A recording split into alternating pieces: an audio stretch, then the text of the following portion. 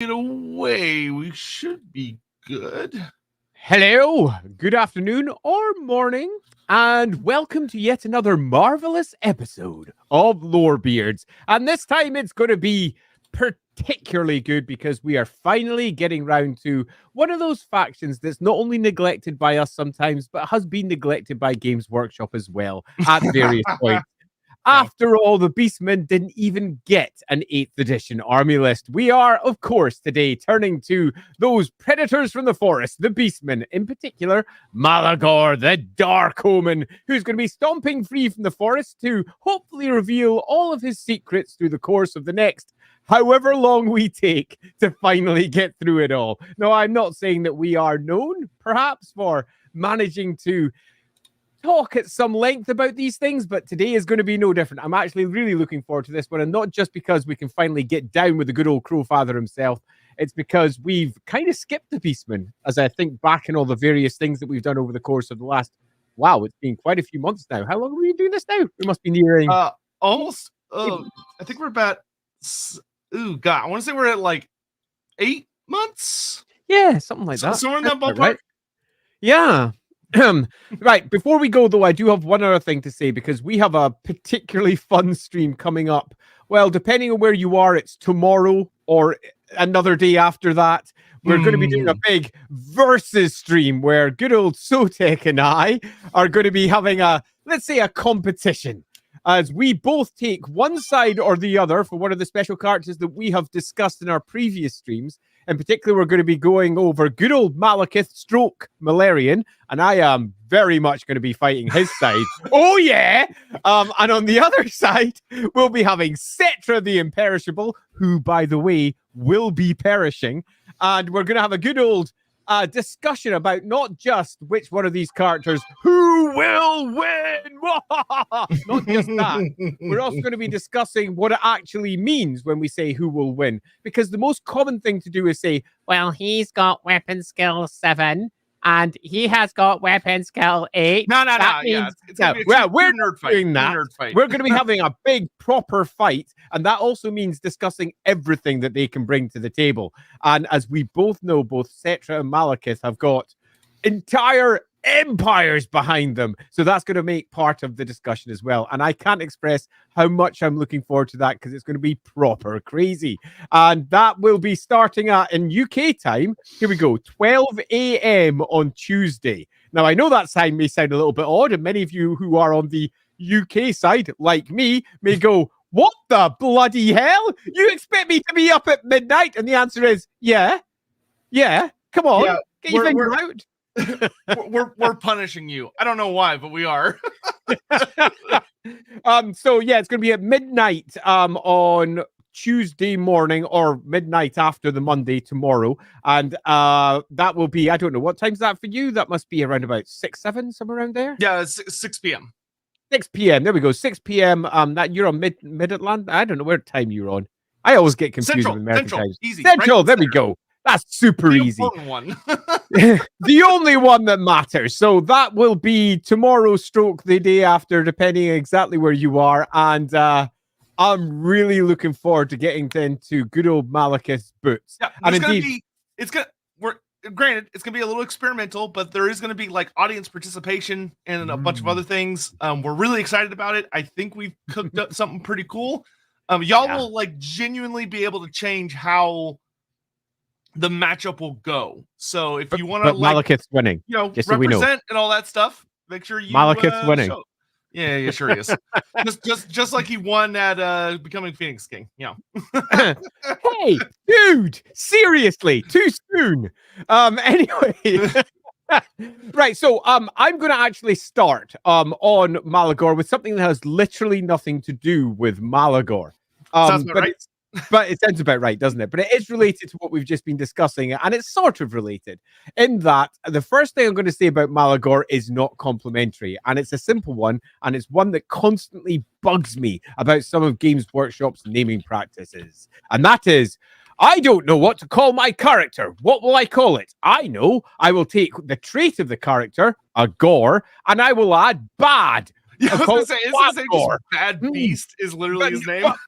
But I can't call him Bad Gore because that sounds really bad and a bit orky. So I know I'll go esoteric and call him Malagor, which just means bad in another language. Malagor. I mean, we've never done this before. Malekith looks across the oceans and goes, seriously? What about me? I'm just bad kith, bad brother, bad family, or alternatively, Malarian. I'm just an Aryan, but with a bad in front. I'm bad an Aryan.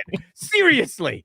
I mean, seriously, Games Workshop. There is a few Mala characters out there that really deserve slightly better names. And I thought I'd start off with a slightly negative point because there's going to be quite a lot of positive to say about good old Malagor, the Dark Omen, as we progress through this. To be fair to Malagor, at least it's M-A-L-A Gore instead of M-A-L-E Gore. He's not just really Malgor. I mean, that's a whole extra vowel. Good times. I'm gonna knock out these little super chats we have real quick, and then I'm gonna hop in because there's actually some stuff that I am really excited to talk about with this character. Good. Before we really get off on it, any quick thoughts on the Shadow of Change changes? Yes, we're gonna be talking about that next week. That'll be over on Andy's channel. And so we're gonna be doing the new Shadows of Change stuff because there's gonna be a lot of stuff to cover there. I will say it's good. Yeah, that's my quick thoughts. It's good. Yeah, I'm going to say one quick preview. I've had quite a few messages coming through with people expecting me to be disappointed because in this case, there's actual stuff that I've written that they've taken in a different direction, or I think it's fair to say, as they stressed repeatedly multiple times in their email, no, this was Games Workshop, it wasn't us.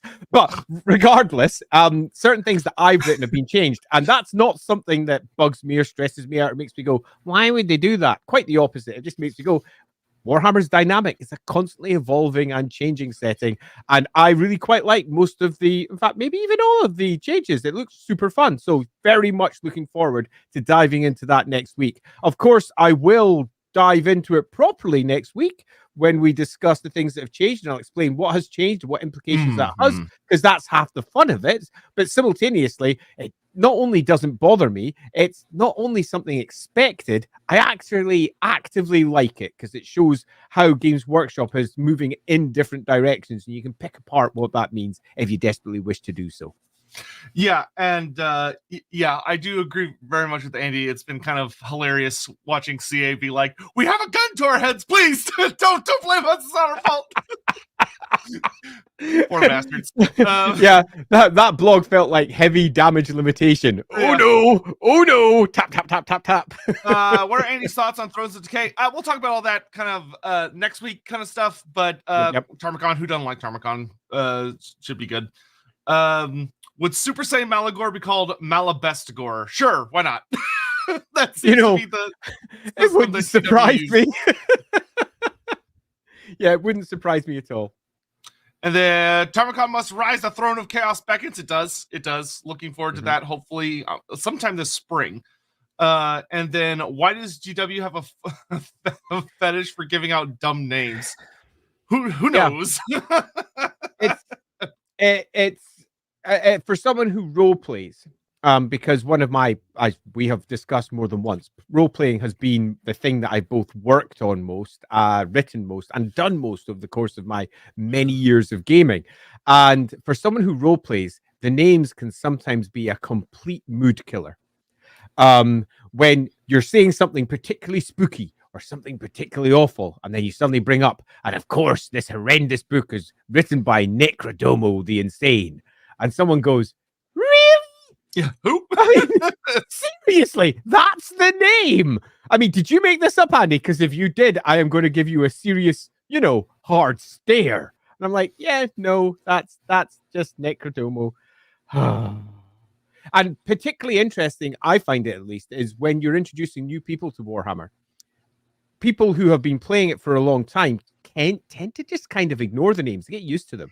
It stops being weird name McToot, that strange person over there that they don't quite get, and just turns into, oh, it's that character, and they forget that the names sound utterly ridiculous sometimes. And so when, say, Necrodomo pops up for the first time, the people who've known it for a long time literally don't even pause or consider it as anything special. But someone coming in for the first time goes, seriously, what the F is this?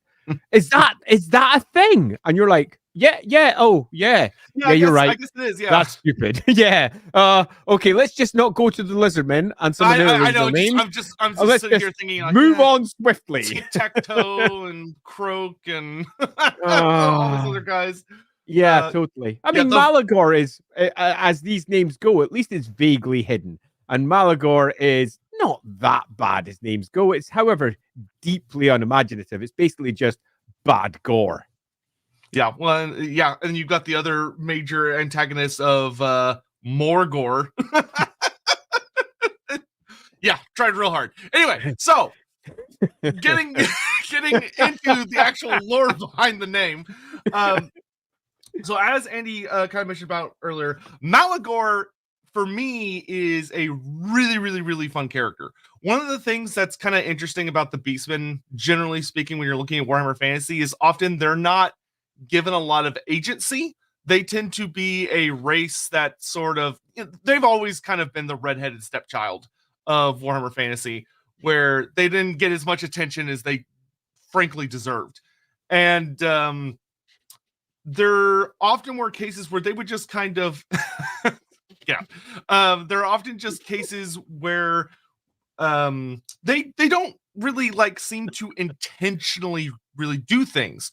A lot of the times they just kind of show up. They're more like a force of nature that is just kind of in the area. Like they're sort of that primordial thing that resents change or that resents the advancement of civilization, and they buck against that.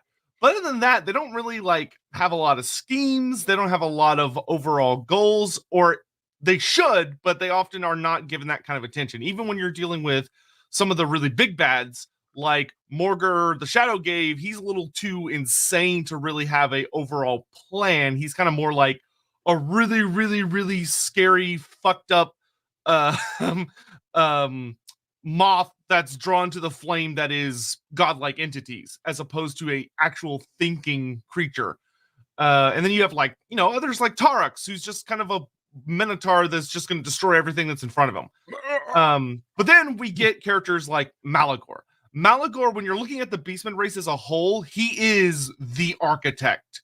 He is the one big bad Beastman at the back of it all who is really trying to pull the strings and get the Beastmen as a race onto certain kinds of missions, or get that the flow that is their destructive warherds going in particular paths for particular missions that he's trying to accomplish. He has a goal, an end game, which is really interesting in that he doesn't get used a ton of the times, but what I'm going to get into in a little while is going to show how the few times he does get used is actually used very, very well. It makes me wish they had used him more. But I think the thing that's worth starting with him is just that Bray Shamans as a whole, which he is, the big bad Bray Shaman, essentially, that is their overall goal, is that as shamans of the dark gods, they try to take what the Beastmen are and give them a channel, give them a specific direction that they need to go in to crash against a particular enemy. Often because they're given visions from the dark gods or just some demons or other particular entities who will frankly try to use the Beastmen as a means to an end, which is also kind of the tragedy of the Beastmen. I almost wonder if that's worth touching on for a moment real quick about how one of the things a lot of people wonder about when they see the Beastmen, or like what really separates the Beastmen from like the Warriors of Chaos and stuff, is that the Beastmen very genuinely, tragically, are a taken for granted force of chaos. They're called the Children of Chaos, which sounds like oh, that's a good title to have, because that almost implies like a system of care. But at least in the later lore, when you read down into it, the thing about the Beastmen is that the dark gods kind of already have their claws in them the moment they're just born. And it's not because and I think Andy is going to like where this is going because I'm going to want to hear what he's going to say about it in a second. A lot of people, I think, inaccurately assume that the Beastmen can only be horrible, evil creatures of chaos, but it's more of a situation that when Beastmen are born, because they have that very obvious corruption of the flesh, they to survive, they don't have any other choice. Like, there is no other option. They are going to be forced out into the wilds because all other species are going to hate them and are going to kill them. And boy, do they hate them in return. As the good old Beastman core rule, yeah, we hate you all. We are primordial dudes who despise everything that is civilization. Yeah, I generally agree there. The Beastmen are painted into a bad corner, and I think that's more than one bad corner. The first one of which is the Beastmen are automatically always assumed to be the chaos bad guys, whereas a species which of thinking, learning, actually intellectually capable, let's call them people, it's an unfair painting, but that is what they are. And I'm not entirely keen on that as a general idea, because it falls back into the same issue that D&D was having some problems with over the course of its last so many years when it had its evil species. And then somebody said, but couldn't one of them not be? And then those conversations turn into, yeah. And I won't go into that. I'll just merely say there's a lot more here than is generally described. But I think the bigger issue is that the Beastmen are exceedingly poorly deployed in general, in that the only way they're generally used is to attack someone and to be killed by one of the heroes. And they pop up anywhere there's a forest. Oh, the Beastmen attack. The heroes have to take them. Oh, there's some casualties. The Beastmen are driven back. Oh, they're back into the forests again. And they're given not only very little agency, they're given very little character at all. They are just creatures that rampage out from the forest without any real thought of the fact that many of them have come from human stock. Many of them haven't. Many of them have come from different backgrounds. And if you go back even to their basic tales of men became beasts and beasts became men, and that was our first Beastmen coming around. These are not animals, but they are often treated as little more than animals, while simultaneously their background explains a pretty, admittedly brutal, but pretty complex society. And that society largely undermines how they're portrayed and used by Games Workshop. And that's one of the reasons why Malagor, for me, is an important character, because he's a character with an actual goal. He's someone who's trying to do something which is more than just come out of the forest, kick some guys in. Oh no, it's gone badly. We're getting beaten up by, I don't know, let's call it the knightly order of the day, the Knights Panther. let's return and dive back into the forest. Job done. Who's kicking your ass today? Pull the slide. Yeah. Before I think there's somewhat of a reason for this, though, because if you take a look back at where the Beastmen came from, if we go all the way back in Games Workshop's history, they started off as pretty much, we've got some miniatures for other settings, for example, RuneQuest. We've got some miniatures for other settings like Michael Moorcott's settings, which had Beastmen as well, or Brew if you're using RuneQuest. And they got ported over to Chaos because that's largely where Michael Moorcott put them. So the earliest editions, all the way back at 3rd edition Warhammer, they're building the big army list, include your Beastmen in there. And then we hit the 4th edition where they basically turn it into the Warhammer we all know and love today. And Chaos included the Beastmen for historic reasons. But they weren't a unique species given their own stuff. They're pretty much just added on as a small extra. Yeah, you can have Beastmen and some Minotaurs, big Minotaur Lord, everything's cool. However, when it moved on to 4th edition, they added not a new Beastmen army list, but they added the Champions of Chaos. And the Champions of Chaos added a ton of characters. 2 Beastmen were included in there, neither of which were Malagor, so we don't need to worry about them too much, and we're about to see some of the issues as we move forward. We hit the 6th edition, and finally, we've got ourselves the Beasts of Chaos, and they separated Chaos into loosely 3 types, our demons, our Beastmen, our warriors. And the Beastmen had to be given a slew of extra background to be justified as their own thing. And they kind of did, but they didn't give them a lot of character. They basically went, they're bad guys, they're bad guys, they're bad guys in the forest. They like to kill and they're bad guys in the forest. They repeated the stuff that had been written back for the Realms of Chaos book for, we're talking 3rd edition Warhammer. They copied a lot of that, pasted it over, updated it, and said, here's the monoliths that we had in the past. These are now the big herd stones, and they're moving around in big war herds, and here's our special characters. Yet again, no Malagor. Malagor hasn't arrived yet. The idea of adding any extra depth to their character hasn't really hit. It's not until we hit all the way into 7th edition that Malagor finally raises his horns. And we have ourselves a variety of extra special characters dropped in 7th that perhaps finally add a bit of actual character.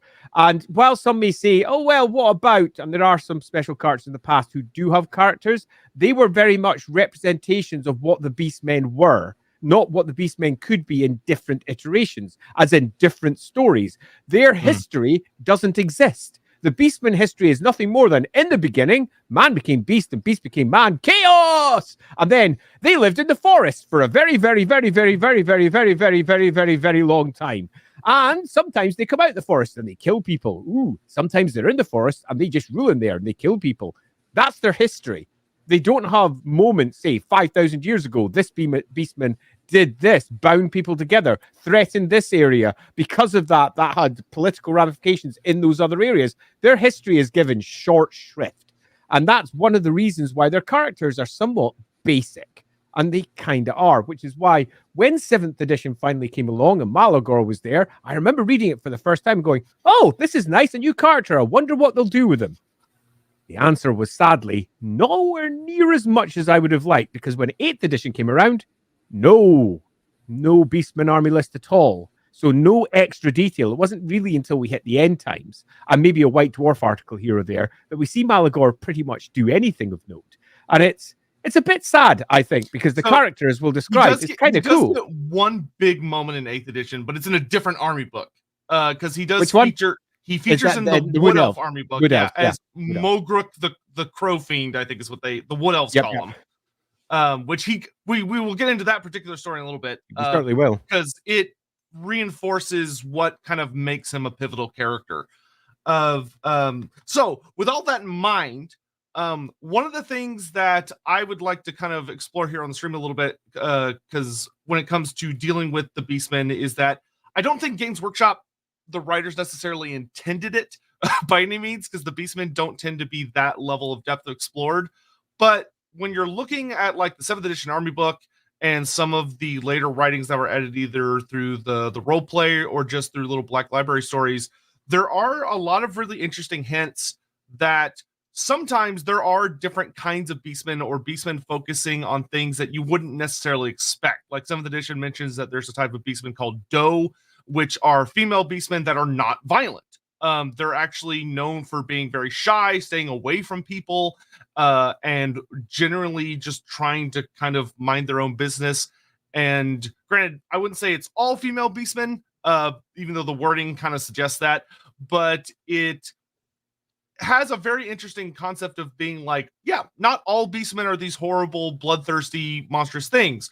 You also have lore that talks about how Minotaurs often tend to be guardians, where Minotaurs will be used to like protect chaos shrines or like great piles of trophies and all these other things. And you have some tribes are more obsessed with protecting a particular blood ground or protecting particular herd stones.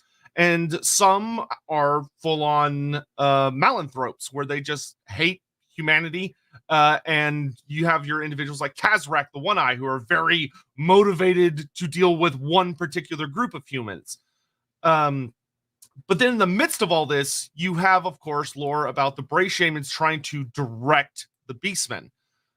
Probably one of the best stories, and a character who we'll talk about at a later date, is the later lore about Gothor the Beast Lord, who was a character that, as he got rewritten, he ended up being a character who is kind of the anti what we'll talk about with Malagor, where he refused to do what the Dark Gods told him to do because he wanted to do his own shit.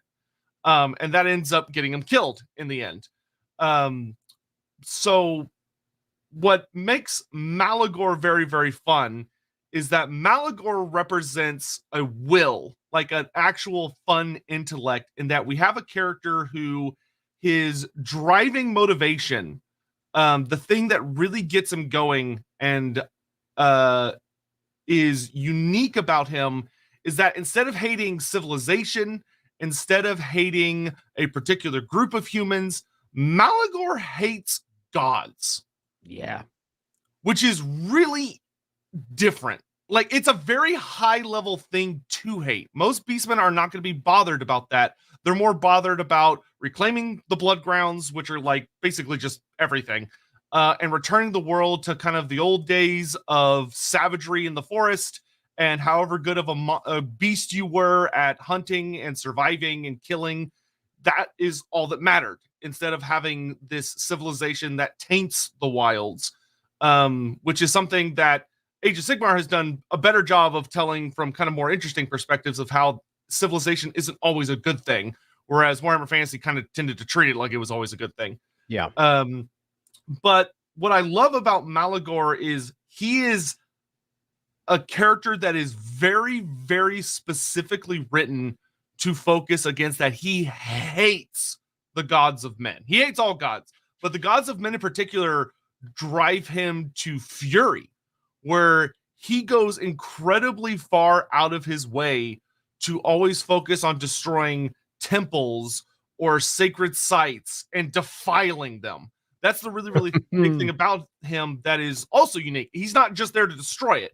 He uses his sorcery and also kind of cultural power. For instance, conducting great rituals or having mass sacrifices performed or doing all sorts of whatever he needs to do to effectively come to a sacred site, which if you watch the amazing Lawhammer roleplay series, you'll know that sacred sites have genuine energy to them. There's often like great amounts of hish or holiness that's drawn to those locations. Malagor knows how to stamp that out. Where like normally, like if you think about like a Bretonian Grail Chapel, for instance, or a building that's dedicated to Sigmar or Tal or whatever, they don't often necessarily require to be constantly tended to. If something important enough happens there, they'll hang on to some of that residual holy energy. But Malagor is drawn to these places. He finds them and he stamps them out with deliberate obsession. And he doesn't do it nicely either. He's the sort of chap who's going to pop along and go, "Hey, priest of Sigmar, I love your temple. I'm now going to sacrifice you on your own altars. Hiya, Tal, look at your sacred trees. You're now hanging from them." And he doesn't just destroy, he desecrates and pulls apart and truly wounds. And you can, again, if you're looking at the general themes of the Beastmen, you can see where he's coming from.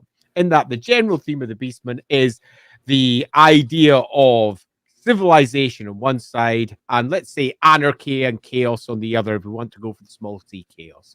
And they represent something that is a bit more primitive, a little bit more bringing things down. And the gods generally, particularly the human gods, all of them are wrapped around with trappings of civilization.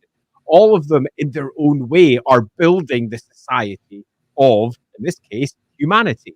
And he goes directly to the core of that and unravels much of what has helped build the old world into what it is.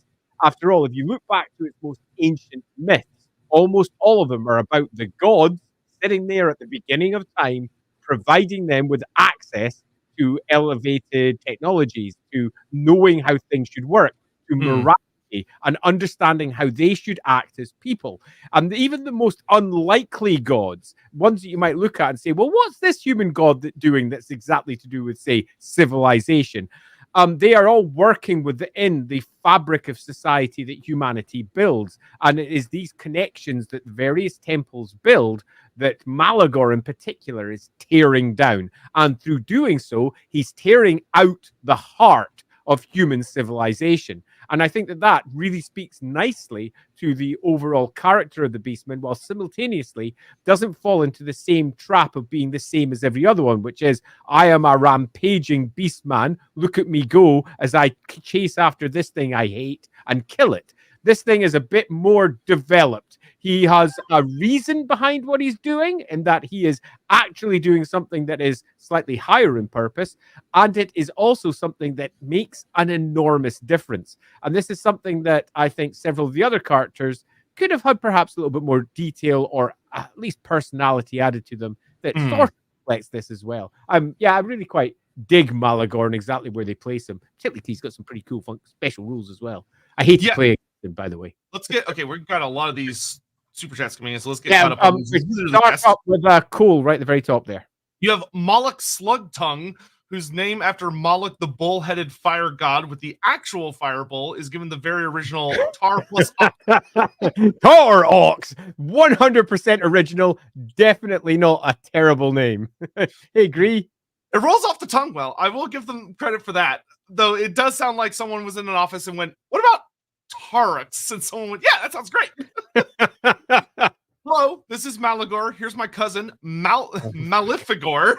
And here's my grandmother, Frightigor. And then there's my cousin twice removed, Malice Darkblade. Yeah, you'll find if you look through all of Games Workshop's properties, there are several characters that start with the name Mal. And it is what it is.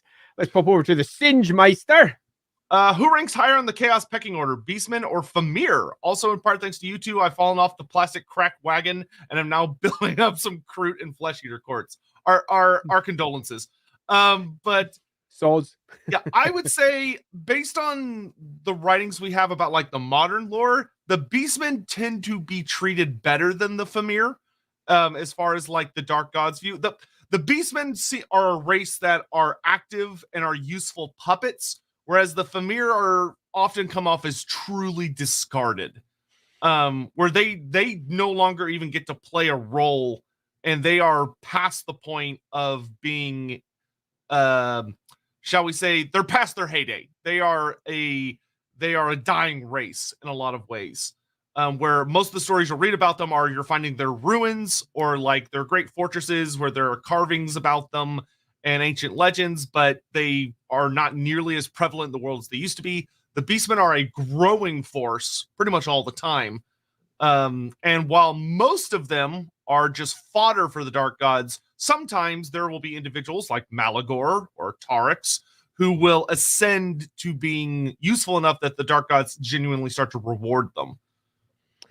Yeah, I pretty much agree with all of that. I mean, it's fair. The Beastmen are both this bizarrely powerful force that could be extraordinary, yet somehow still oddly sidelined, not really brought up very much, and used as nothing more than the bad guy of the week. So it's quite clear these two Beastmen miles ahead. After all, we have a Beasts of Chaos army. We have a Demons of Chaos army. We have Yes, Warriors army. We do not have a Fim army with the Fim are popping out doing their thing. So that alone shows where favor lies, because as we all know, the Dark Gods themselves are now more than a representation of Games Workshop's eye passing over everything, like an eye of Sauron from above. And it's fair to say that Games Workshop's eye has broadly moved on from the Fimmer while it's still sitting there in the periphery of its vision. So yeah, definitely the Beastmen. Hammond, I really wish GW hadn't made the Beastmen and Famir to be fully dedicated to the four. I wonder what deities they would have followed. Thoughts? Well, that's definitely one of those things where like the battle game is going to be very, very different from if you're actually diving into the focus narrative.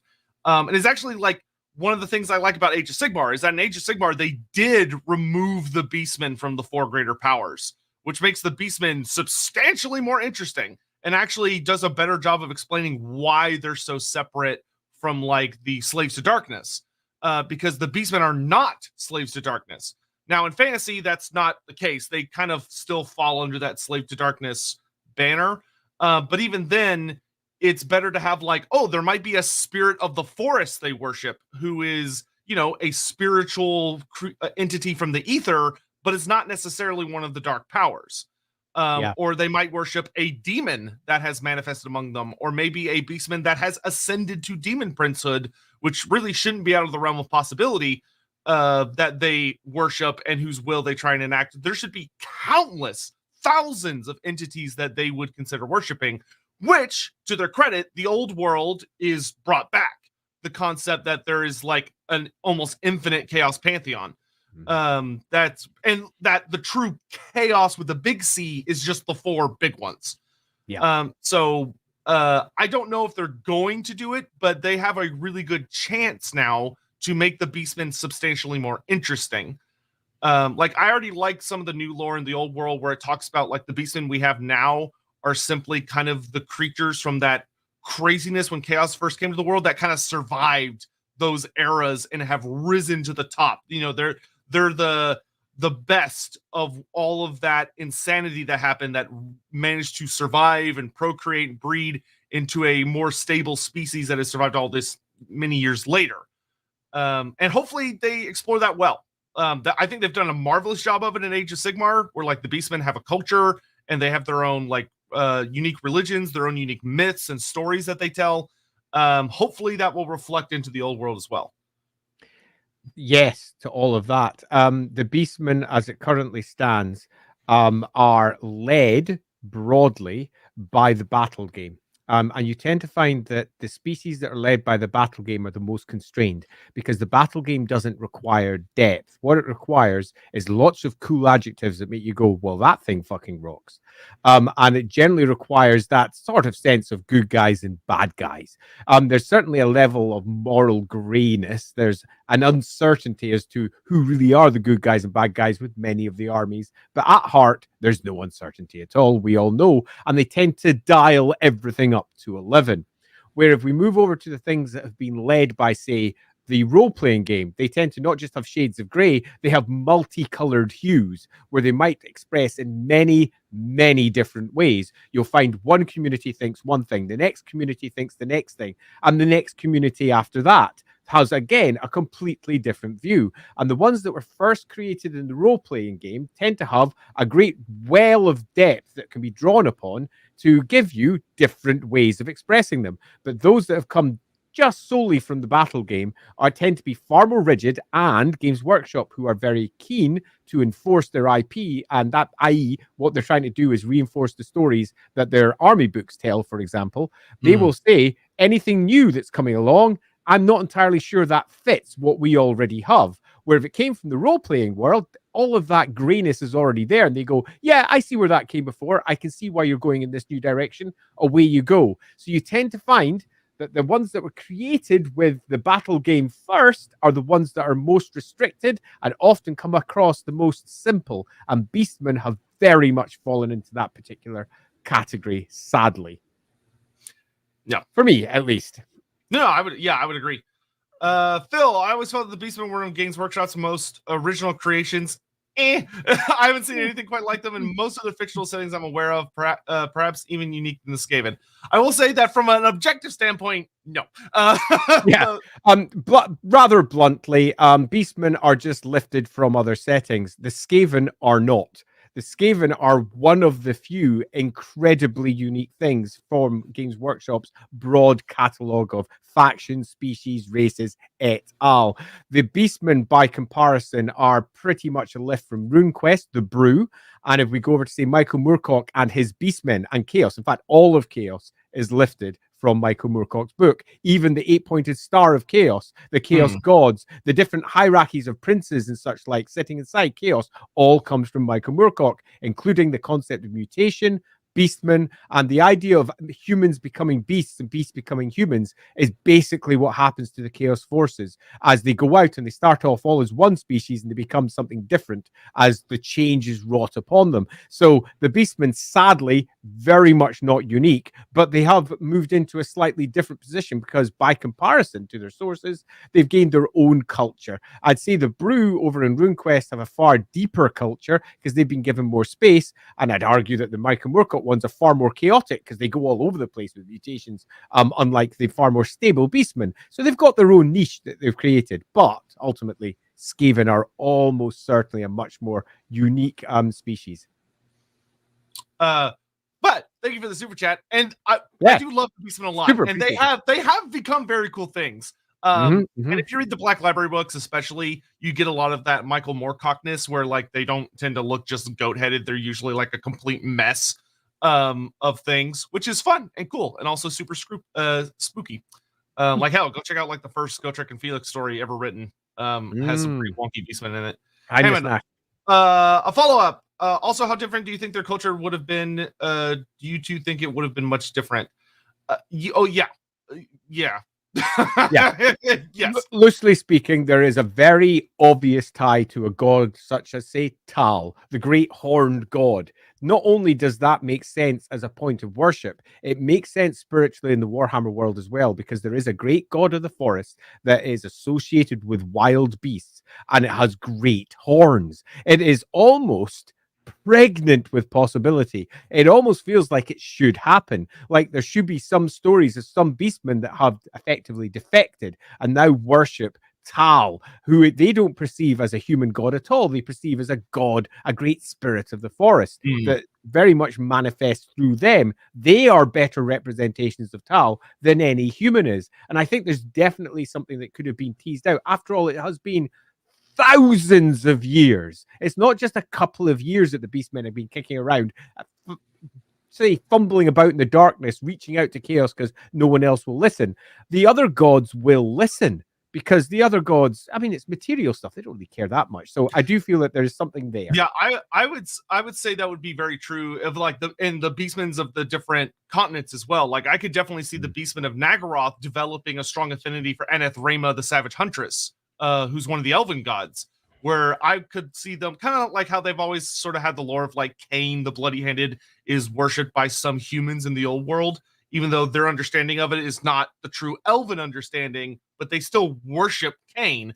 I could see the same thing being done for like Rema over in Nagaroth by the Beastmen, which would make a really interesting story, especially dealing with how would an elven god react to that? You know, would they be like, oh, these are truly the most savage of hunters, therefore you got the big thumbs up, or would it be, oh, gross, they're not elves? In which case, it's still an interesting story. But yeah, could a Beastman ever become ever chosen? Technically, yes. They could. There is some later lore that kind of ran with the idea of like, oh, the Beastmen, their souls are already forfeit the moment they're born because they're just too chaosy, which they try to use to be like, oh, that's why you don't see any demon princes in their army roster and stuff like that, because they don't have anything to bargain with. They don't have anything to offer the gods. But they kind of like do a 180 on themselves, because then you get characters like Tarix, which Tarix is as close to a demon prince as you can get. And Khorne literally sent a herald to him and was like, boom, here, have a bunch of gifts of corn, and made him almost invincible. So yeah. So I'd say yes, although as prophecy goes, you generally have that sense throughout all of Warhammer's history that humanity is almost destined to rise up and end the world. So there's a hint of that through particularly the way they represent the Riverchosens, where it's almost always a human who has become important for one reason or another and is coming down to destroy everyone. But loosely, I see not only no reason for not doing that, I think it would create our cycles of Everchosen paths to be much more interesting if we didn't just rely upon the old, oh, it's another warrior of chaos, here he comes, and here's another warrior of chaos, here he comes, and here's another warrior of chaos, here he comes. It's a bit dull, and the Warhammer world has so much more to offer. Yeah, make it a lot more dynamic. Also play on the words of Taurus and Oryx for for similar place. Hyos, yeah, good point. Would a mutant who recently turned and was skilled in black powder still use them even if they joined a war herd, especially how useful they could be for raids? Okay, that's actually a super interesting question. It is, because it kind of ties into something that comes up with the likes of Malagor, of that the Beastmen are not just what are often referred to as like true Beastmen or true Gores in some writings, but they're made up of mutants and the offcast of human society or other societies, which one of the things I love about the Beastmen that is only ever shown in like really a negative light, but could have some fascinating stories from their perspective, is that the Beastmen accept everyone. There's a whole thing that's talked about a lot in the lore of that if a baby is born a mutant and has any kind of noticeable mutation, basically the what will happen is that a lot of the time the parents know they cannot keep the child because they don't have a way to hide the mutation effectively, which means that them and the baby are probably going to get burned at the stake. So instead, yeah, woo, we're the Empire is so nice. What a wonderful place to live. So instead, they take their babies out to the forest and they just leave them because either they are like, you know what, we'll just let nature take its course and we don't have to do the deed ourselves, so it's less traumatic. But there are many people who are kind of secretly hoping that someone else will come and get them and take care of them, and the Beastmen do. If they hear the cries of babies in the forest, you would think, based on how they're described, as like, oh, they're these horrible, bloodthirsty monsters that just kill everything and destroy man. You would think they'd see a defenseless baby and go, oh, free meat. But they don't. They don't. They take them in and raise them among the herds.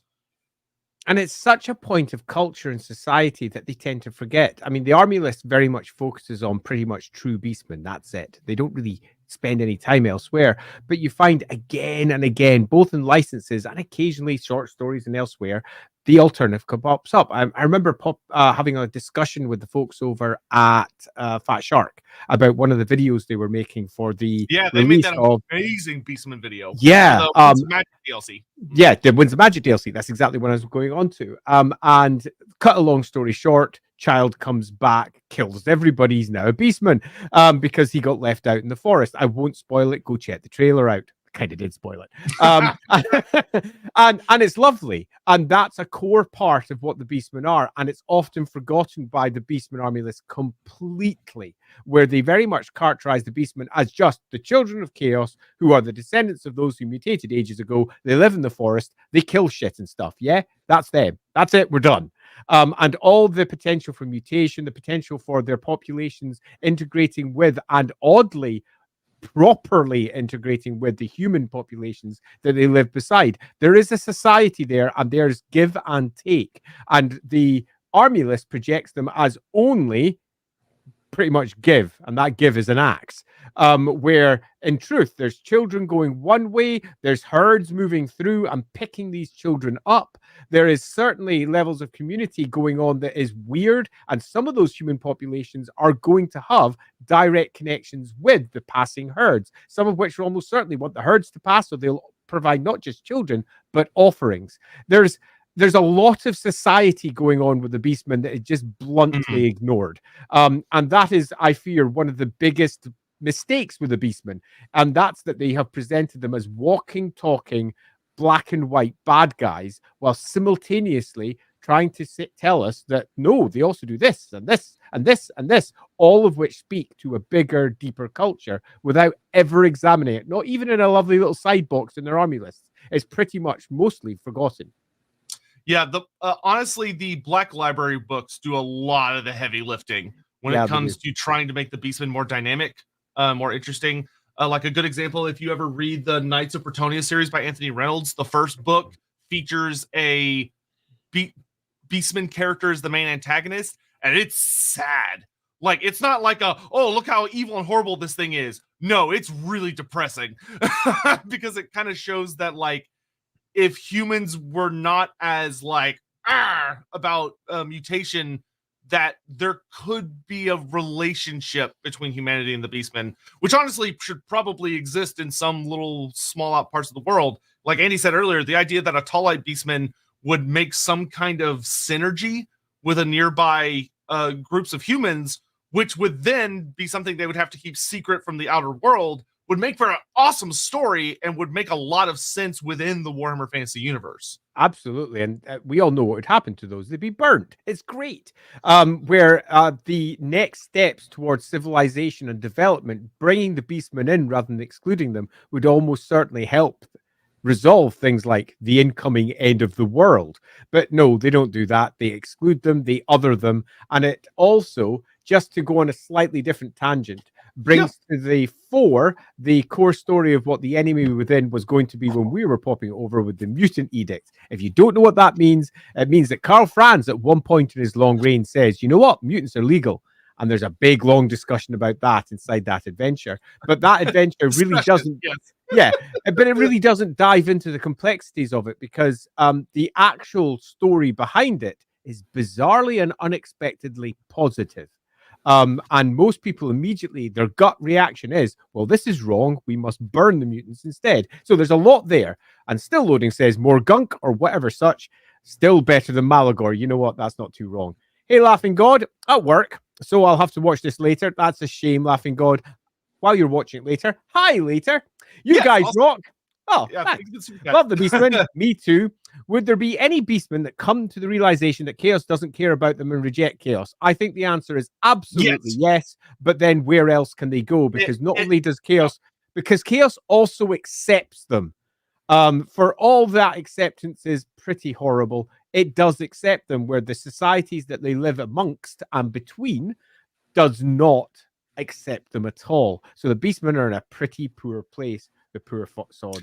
Yeah, and there are actually some Black Library focused stories that do explore that concept, where you will have Beastmen characters who kind of don't particularly care very much for the Dark Gods, or that will often be a conflict within their herd. Is you'll maybe have like a Beast Lord who only cares about himself because he's like, fuck the gods, they don't care about us anyway. And then you may have a Bray shaman who's like, no, this is the path we need to stay on because it's our destiny, or there will be punishment if we don't. Hey, Giles Barnes, let's read this one out completely because I not only agree with it, I completely agree with it. Hi, Andy and Sotek. Hi. Long-time listener, first-time texter. Delighted to see you first time in. You rock. Welcome to the show. The fact that the Beastmen take rejected babies who are mutated and genuinely seem to raise and take care of them always suggests to me an underlying human compassion to the species. Now, I'm going to take that word human out because human's not necessary. We all know that all species in Warhammer mostly are capable of compassion. It's not just human compassion. It's not like humans are paragons of compassion. Let's be honest. They are not. But the idea that Beastmen have compassion that expresses in one way or another is not just the case. It's actually definitely the case because we have multiple stories of them doing it. Now, does that mean that the various Beastmen that they end up raising, or mutants or whatever they may end up being, the Ungor or the Gore that they end up being come the end, are what we would class as good guys who have been on the receiving end of a lot of compassion? No, not necessarily. It depends entirely on the nature of the war herd at hand. And as we have from various sources, most of the war herds aren't exactly friendly. But that does not mean that underlying it all, they are at least half human, if you want to view it in such blunt ways, and that comes with at least half of standard humanity's compassion. But compassion is not solely held in the hands of humanity alone. What the biggest issue is to tackle here is their society and the gods they worship and how that expresses, and how these gods have built their own version of civilization, which is very much about bringing down everyone else's civilization, no matter how it may express. And that's what they are brought up with. So they tend to turn into rampaging monsters. I don't think, however, that is inevitable. Yeah, I agree with everything he said. Yay! Ryan Woodall, is there any possibility for a Beastman to resist the call of chaos and attempt to build their own civilization? I apologize if this sounds blasphemous. Is there any possibility? Yes. Beastmen building civilization, which is something we'll get back when we're all caught up on these, we'll kind of swing back around to with talking about Malagor a bit. The thing about the Beastmen that makes Beastmen tend to be Beastmen is it is a race that they live very much strongly by a survival of the fittest mentality, and the sense that they seem to embrace that feral aspect, that savage aspect of nature that isn't necessarily evil, but it is about survival, being strong on your own, not coddling weakness, not trying to build up walls to keep out nature, but to live and thrive among it. They very much look at civilization as something that is attacking their way of life, that it's destroying and burning the forests. It's domesticating the wild beasts that they follow and rely upon for their armies and for food. It's destroying the forests that burn away the forest paths that they walk. It's tearing down their altars and shattering the stones where they offer up their own worship and they have their own rituals and ceremonies. They see civilization as quite literally a direct assault on their culture, on their way of life, where it's these outsiders who are new, like they're not what's the word I'm looking for? They're not like people coming from Europe over to North America. but they are people who have come up and are moving into the Beastmen space and attacking them and going, oh, well, those guys are horrible, ugly looking monsters. And we also don't like the way their culture looks. So we're just going to wipe them out and take all their shit. Like from the Beastmen perspective, quite literally, they are defending themselves most of the time. Because their territory is being encroached on, and they get pissed when that happens and they fight back. And that, which is one of those things where when you really start to look at it, you go, there's some interesting things going on with the storytelling that is cool and I like, but yeah, agreed completely. I also want to call out something that I often get a little bit of a bugbear about, and that's species and race, because the words have definite meanings. Different species can't interbreed. Beastmen are a different race of humanity, that, or humanity, a different race of beastmen, if you must, in that they can interbreed. And this is somewhere where the word race absolutely does have connotations. They are not separate species. These are entirely potentially integrated as populations. And that in and of itself is a super fascinating angle to take, given that we all know what people are like. And I don't want to be too blunt about this, but if someone can shag it, they will. That's pretty much what people do, and Beastmen do the same thing. So there is going to be all manner of stories of integrations that you just normally wouldn't expect, because people are people, and ultimately we're driven by pretty basic needs. We got to eat, we got to sleep, we got to drink, we got to have sex, and we got to procreate, and they definitely would be mixing. So this whole, would Beastmen be able to resist the call of chaos? It depends how you define Beastmen, because so many of them were human. Are they human? Of course, that means that they could resist the call of chaos. There is such an integration between the two populations, particularly in the forest populations, that the answer to this question can only be yes. Only be yes. That nothing else would make sense outside of that. Are we there now? I think. I believe so. Or could a set of beastmen that demand to be acknowledged by the gods instead of being taken for granted, killing a bunch of chaos chambers proves they are serious business? Oh, that happens a lot. Yeah, so, that's gonna happen a lot. Yeah, one of the good things about the beastmen is that they are quite literally described as jealous. They hate the warriors of chaos, because to them these are human upstarts who are getting lavished upon by the dark gods, because the dark gods are trying to entice them over. They're trying to say, look at all these cool things I'll give you in exchange for your worship or your soul or whatever. And the beastmen don't get that. They're just expected to do that. And they hate that dynamic. They realize it's unfair. So beastmen will very, very, very often aggressively attack the warriors of chaos and try to kill them and rip them apart, to show that, no, they're dominant. They're the true children of chaos. You humans are just asshole, like impersonators, but you're not the real servants. We are. And you've always got to worry. You've always got to wonder just how much of that's actually true anyway, given that right from the very first time that the whole path to glory, the starting off as a mortal and moving yourself towards demon princedom was initiated, literally anything could follow that path. And every single time you get yourself some new Beastmen expansion or whatever, it's often sitting around the top somewhere, the path to glory that they're all following. So are the Beastmen really any different in reality, or is it just there's so much prejudice running around between the different types of chaos factions?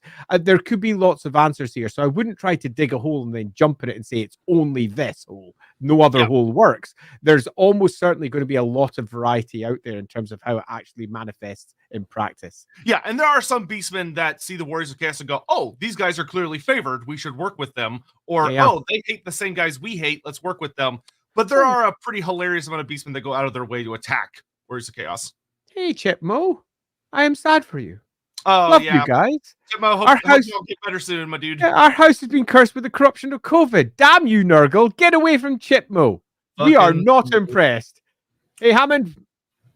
How would Malagor go about communicating with a human if he realistically wanted to have a philosophical, theological discussion about man's gods? So, great question. The answer is he would and does.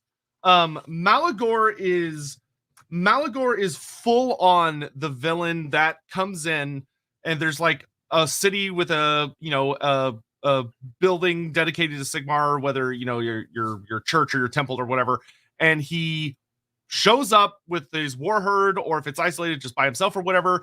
He takes his time, because doing a ritual to befoul or to despoil a sacred site, that takes a very specific set of things you need to do, and it requires a lot of magic and preparation. And Malagor knows what he's about. Malagor is old. One of the things that's really interesting about him is it talks about in his lore when he's first introduced that there are ancient wood carvings from like the dawn of human civilization in the old world depicting Malagor. Yeah, I find that one super interesting. I think we're going to have to dive into that one as we go along, because there's multiple ways it can be interpreted. And no matter which way you interpret it, it's pretty huge in terms of either his age or his importance. Yeah, but Malagor, using magic is one of the best ways to communicate across language barriers, especially when you're dealing with beastmen, because beast tongue is actually pretty hilariously described, because it's essentially dark tongue, but because the beastmen can't make certain words, because their mouths are very different from humans, because they have like wolf fangs and kind of a goat's shaped mouth, so they can't use a lot of the like particular sounds that regular humans do. So they've developed their own form of dark tongue, which is known as the beast tongue. And but there are characters that exist who are able to cross that barrier, and they're almost always bray shamans, because they use magic to do it. Or you have a character like the Harbinger who's literally made concoctions that he can drink that changes his mouth so that he can speak the human tongue, which is as awesome and horrific as it sounds. Yeah, and I'd say particularly to answer this question here, would he go about communicating with others? One of his raison d'etres is to bring the absolute downfall of human gods and their representatives, often by murdering them on their own altars. But simply murdering them isn't enough, because he has to completely destroy them. And to destroy something is to change it, to change its beliefs, to actually tackle what this individual priest believes and show it to be a falsehood, to show it to be something that was a waste of that priest's life. And it's upon that dawning realization, it's upon that priest or priestess or whomever it may be, realizing just how much they've wasted their life, we've reached a culmination point where sacrificing that individual to the ruinous powers, time has come. Yeah, and we will swing back around to this as soon as we get through these super chats, because there's something really cool I want to talk about, but I want to get through these real fast. Indeed. Mandatis, thank you so much. As Mandatis, always, you rock. Super fucking generous tips. We always really appreciate it. Playing Total War gave me appreciation and love for the Beastmen as it did Bretonia. I'm looking forward to including a small force of them, mostly Minotaurs, alongside my Cornate Tilians. Nice. And Morgar, and I'm eager to learn of Malagor. Yep, so we'll keep going on that. Thank you again so very, very much. We really appreciate it. Super appreciated. We're now down to Doom Rider. Would it be fair to say that Malagor was a sort of backup plan to weaken the other gods with how he desecrate and wounds belief? So we'll kind of get into like Malagor's prehistory, which we're about to touch on, as far as like what may have been his intended purpose versus what he's actually doing. That is a great question, though, and a good theory that he could very well be an intended, shall we say, wrench thrown into the gears of humanity to deliberately screw with their pantheon and to weaken their hold over the old world. Because the Chaos Gods do not like the other pantheons for very good reason, especially if you go watch the Lawhammer series and hear more about the pre-war before the gates were closed. Phil, one of my favorite parts about the Beastmen is they're one of the few, if not the only, Warhammer factions that are played completely straight. There's no humor, mirth, and hammy quotes in the Beastmen army book. They're just real. That's a it's an interesting thing where seventh edition, I would say seventh edition was really seventh edition took itself very seriously. Yeah, it really did. The best way to say it. Like 8th edition kind of introduced some of the humor back into it, but 7th edition cut a lot out. It created a ton of new characters, and they delved deep into a lot of storytelling. But yeah, they kind of cut out a lot of the haha, which wasn't always a good thing. Because there is personality to be found there, and you don't want to take things too seriously. So I have a relatively strong opinion on this, while simultaneously sort of agreeing, which is not uncommon for me. In that, grim and dark isn't grim and dark if it has nothing to be pitched against. You need to be able to have the high points to understand how low the low points are effectively. So if you have a book that is entirely bleak, none of the book feels all that bleak. It's just, yep, it's a book. A whole bunch of things are happening. But if there's something that tries to provide some contrast and context to what that book is offering, suddenly seeing that makes you go, well, holy shit, this is bad, because this is what it was before.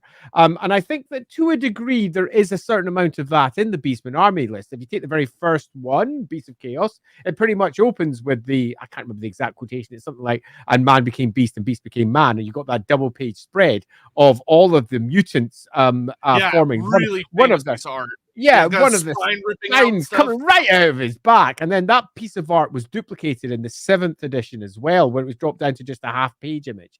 And that provides you at least with some idea of what came before, how they were consistent. They became something quite different. So we got some contrast there, but the lack of humor at all means that it's very po-faced. And that humor doesn't mean silly names. That humor can be presented in lots of different ways. And it can sometimes be a particular character not succeeding at a task. It can be an event that meant that the Beastmen succeeded because of somebody else's failure, because they were foolish or stupid. There's lots of ways humor can be injected into a text without removing the tone, and indeed helping to contrast the overall tone to ensure that tone's nailed home. So I'd say the no humor and mirth for me is a bit of a shame.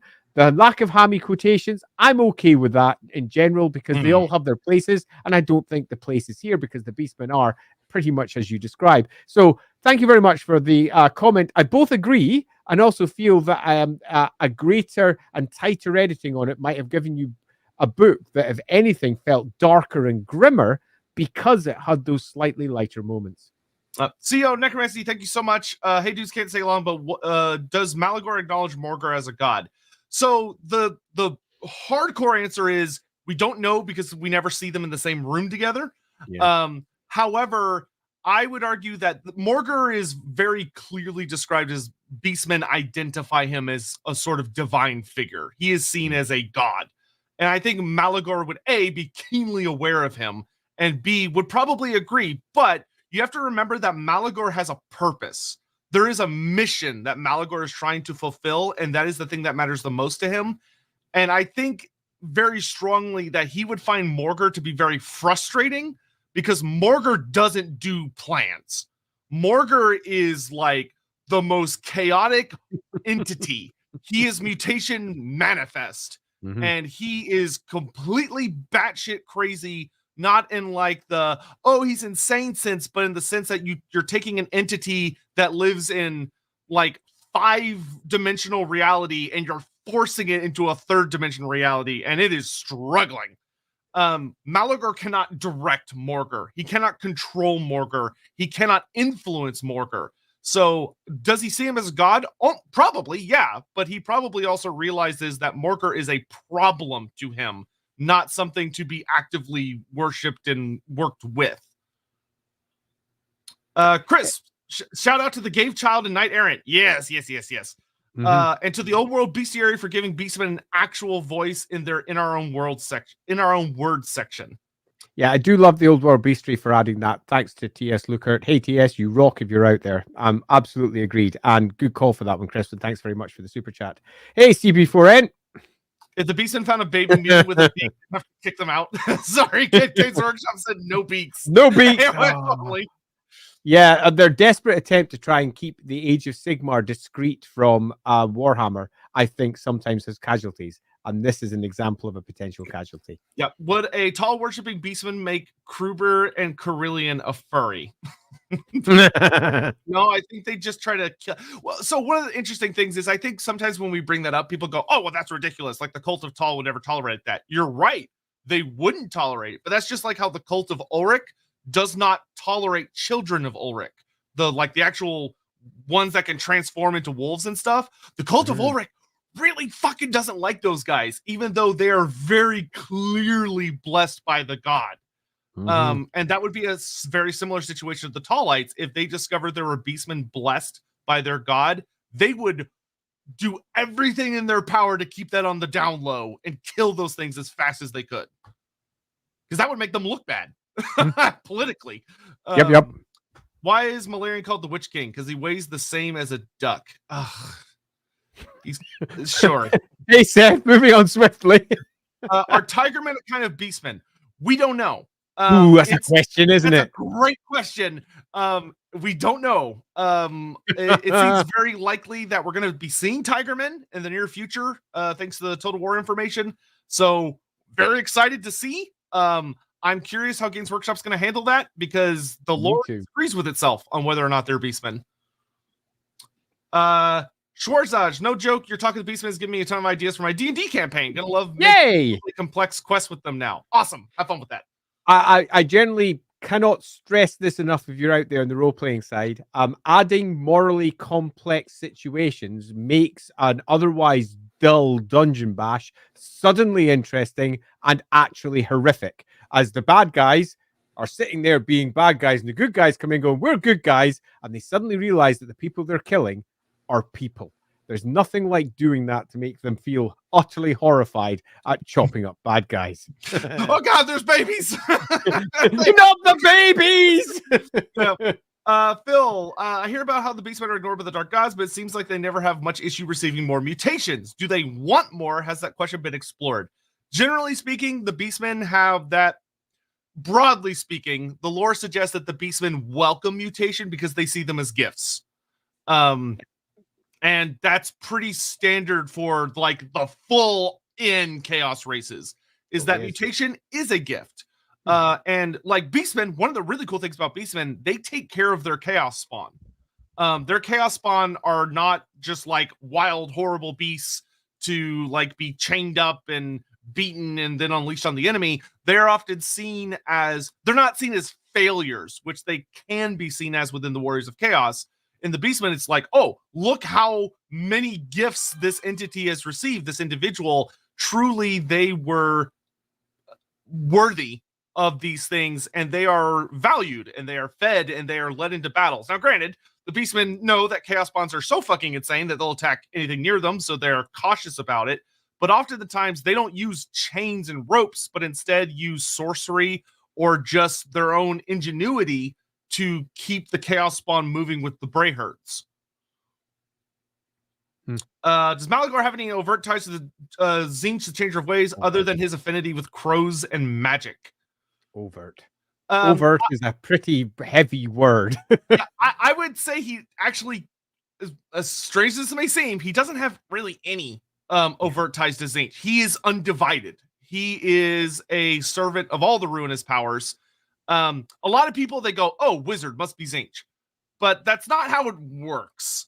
Now, would Tzeentch take a lot of delight in what Malagor does? Yes, absolutely. Beyond a shadow of a doubt. But so do the other three. Yeah, agreed completely. I'd say that Malagor is not one of your aligned characters. They could, of course, align him with ease if they wish to do so, but I could make an argument for, well, 3 of the Chaos Powers easily, one of them with a stretch, and with 2 standing high above the others because of some of the close associations. But I could make all 4 with a bit of a thought and a bit of nailing it down. So yeah, no, undivided. I think that works better. Drums or horns for devotee of corn? If you mean like yes, yes, especially if you make them out of bloody bits. That is often really, really good stuff. I like when corn has uses flesh of people to make nasty bloody things. Skull drums. Skull drums. Chris, I liked Malagor and Dodgy Johan, the advisor, to meet and debate crow matters. I feel like well, actually, you can do that by just playing a Malagor campaign in Total War. Especially because if you 100%. Yeah, especially if you, I don't know if he still has the same intro. I don't think he does anymore. But if you do the intro for like Warhammer 2 or Warhammer 1, you play Malagor campaign, Dodgy Johan talks to Malagor in the intro, which is fun. So if you haven't, there is. check that out. Yeah, go for it. Is Thanks very much Malagor for that one, interacted with Kazrak? It is extremely likely they've met, but we don't have any specific mentions of the meeting. One of the biggest issues with Malagor is just how few inclusions there is of him, given just how much To be fair, potential the old world's a big weight they have. Yeah, it totally is. I would have given the weight that we're about to move on to, because we have finally reached the end of those super chats. Thank you. And thank you so much, by the way. That was a slightly longer break than we intended as we worked our way through all of those. One of the great issues with Malagor is that he's given a great well of potential history. He's given a character that clearly has extraordinary weight and portent with him. He is important. But that importance is not really reflected at all in how much they used him, because he was a special character that dropped in 7th. He had some special rules that are kind of funky. His model came out, and let's be honest, those wings were not good. The model was not great. It wasn't the best. Because if we haven't made it clear already, Malagor has giant freaking wings. Yeah, huge, because we haven't already covered that part. Huge wings, but the model, the model had like, it's got kind of it looks like a cape. It looks and a bad cape at that. But I think it's definitely the point where we take a pause and go back to just how old do you think Malagor is, Loremaster of Sotek?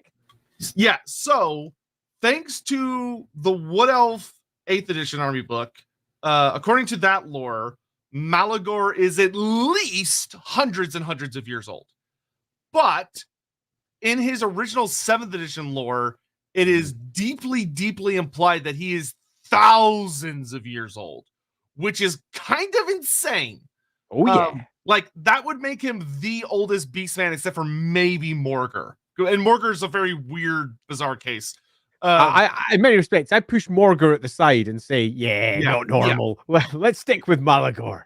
Yeah, so Malagor, one of my favorite mention of him in the writing, obviously he's very heavily inspired by, for those unaware, there's a cultural a trope known as Black Phillip, which is the idea of a black goat that represents Satan in our world. Like, it's like, oh, the goat represents the devil. Has existed for a really long time. Black Phillip is often the name that's kind of associated with that concept. You see it in like a lot of movies that use that kind of cultural thing. Like, they made a movie called like The Witch, which has like literally Black Phillip as a character. And it's a really fucking creepy ass horror movie that's actually really well made. But the idea is that Malagor represents he's quite literally painted as a Satan figure from the Church of Sigmar's perspective, which I'm actually glad that the 7th edition book calls it that out specifically, where it literally says that he has been vilified by the cult of Sigmar over millennia to be they have painted him as this evil antagonist to what Sigmar represents, which is, of course, the unity of humanity within the Empire, the unity of Sigmar's heirs, that they literally paint Malagor as kind of like the devil, who is the ultimate antagonist, who, if you see a thing with crow's wings come flying over your town, that is the harbinger of disaster. That is quite literally the antagonist, like in the true sense of the word, or like in the true sense of the, the word Satan being the great enemy, being the translation. He has come, and this is going to be the ultimate test of your faith, is how they have painted him. That he's been around for and that's the thing that really, for me, cements that he is that old. Yeah, is that I agree. He's become a myth. I mean, we're looking at a religion that is 2,500 years old if we're talking from the perspective of the end times. And to have its most ancient text portraying this bewinged, horned entity as the ultimate portent of effectively evil, for want of a better word, speaks to not just how old he is, which is important. Yes, of course, you could claim that these texts are prophecies of what's to come next. I say bullshit to that mostly. It's a reading you can take if you wish to. Malagor could be only a few centuries old. Certainly old enough to have attacked Athaloran, but not necessarily as old as it could be. But for me, it seems clear he's at least as old as Sigmar. And I think the great untold story is that he almost certainly faced off against Sigmar. Because why the hell else would he be depicted as such a core enemy? And if you are looking to build a new story for Sigmar back in that era, almost certainly you want to go with the Ever-Chosen of the era and the fact that Malagor was there. Malagor was the one that possibly even beat Sigmar's ass down at one point, because we need to have a very clear story of why he is the antagonist to that cult. And it's super clear that he is. He has not only committed great blasphemies back in the past, throughout time, from the point of Sigmar onwards, whenever he arrives, he is the portent of doom. He arrives, he wipes out the Sigmarite temples, he murders all the Sigmarites, he moves on. He is not only a metaphorical, let's say, bad guy, Satan equivalent, he is a quite literal one as well. He's real, he's alive, and he's doing shit. That being the case, you're left with a very clear, hey, if they'd done 8th edition, would they have just gone, you know what? Malagor's been around for about 3, 4, 5,000 years, maybe since the Cataclysm, could have been one of the very first ones. And he is almost the advisor type. He's sitting behind many of the great powers that have worked their way down through chaos over the course of millennia. And during the great incursion of chaos in Sigmar's time, Malagor was there.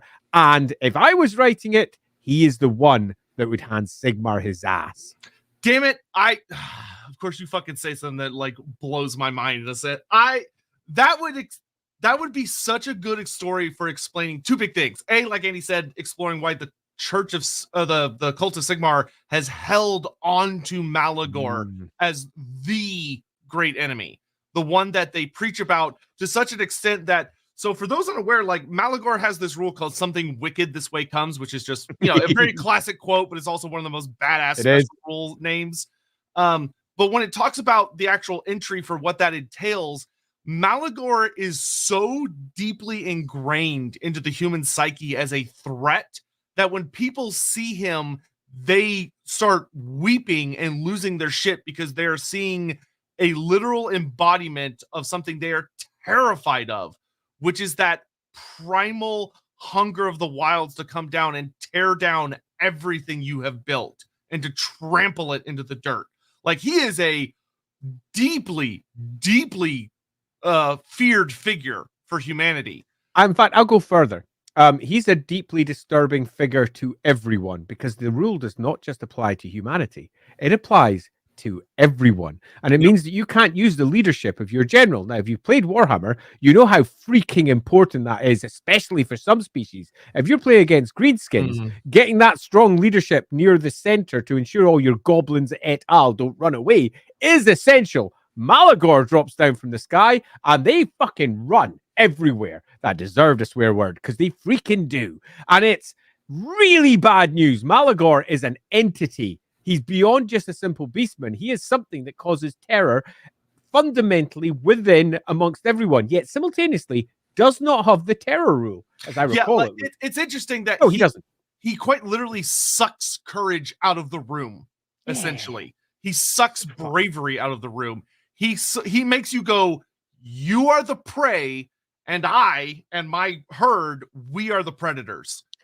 Yeah, and they're left with, basically, in terms of the rule, their own leadership only. The only way they can use their general's leadership is if they're in the same unit. So that basically means where normally you might look out and say, my general's over there, everything's okay, on a loose fashion at least. Instead, you're just looking at that going, holy shit, holy shit, holy shit. And the only thing that's in your mind is your own courage. It's your own courage that stands, and that's it. And if you happen to be a courageous person, you might hold. If you're not, you're hiking it out of there, because everything else around you no longer matters. All that matters is you as an individual. And I think that's a super fun rule. Yeah. And so going back to what Andy was saying about Morgr having potentially fought Sigmar, I love that. And that would make a ton of sense for Malagor to have gone up against Sigmar, and would explain why Malagor hates the Sigmarites more than anybody else. Oh, yeah. Like, he has a deep, deep hatred for the cult of Sigmar compared to the other cults. Now, granted, he goes after everybody, Like he has one magical item, which is the icons of vilification, which are quite literally, a lot of people are like, oh, that must be like some kind of relic of the dark gods. No, it's actually more horrific than that. It's basically his trophies. Whenever he destroys a sacred site or he murders a priest of any cult, any god, he takes little bits and pieces, and that aura of wrongness, the ramification, the radiant energy of his desecration is quite literally radiating off of him, and it screws with people a lot. Like it makes the Beastmen get all amped up, and they get like really even more aggressive, and they get frenzied off of this energy, this palpable aura of we are going to ruin everything. They get kind of like high off of it, which is very, very spooky in that he is quite literally radiating a force of even gods will be torn down.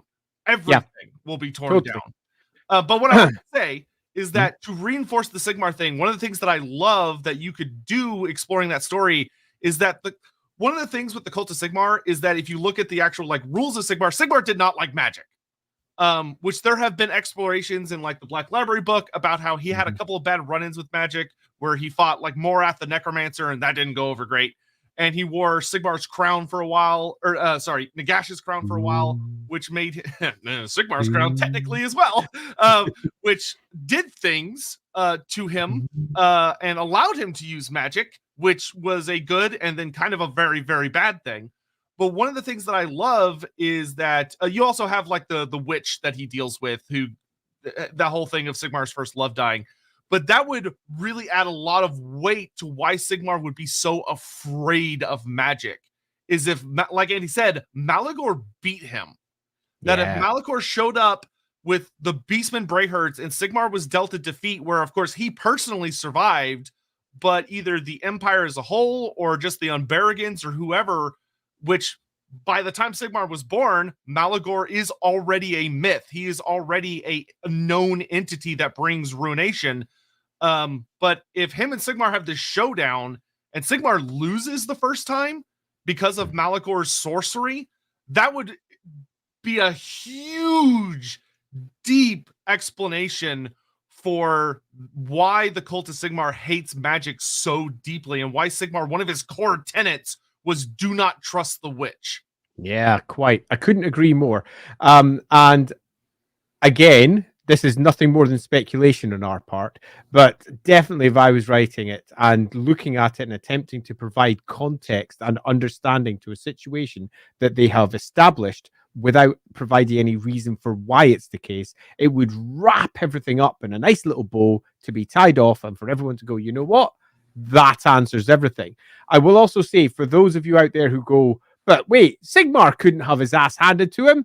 To have characters that never have their asses handed to them is to really make them not only unrealistic, but boring. Characters have to suffer defeats that they move on from, learn from, and then hopefully arc into their next success. These defeats are what define us and what turn us into hopefully better people or worse people, depending upon the nature of the story at hand. And in this case, it is essential that Sigmar not only has great successes, he has great failures. If all he can do is succeed, it makes him unexciting to read about. It makes him unexciting as a character, because whenever he walks into a room, you're like, well, Sigmar's going to succeed then, isn't he? Because, hey, it's not going to be a problem for him. So I think this would be a good way of resolving that. We do know. I think it would also. Oh, sorry. Just the last thing I want to say on that is that I think it would also lend credence to Malagor's deep distaste for Sigmar.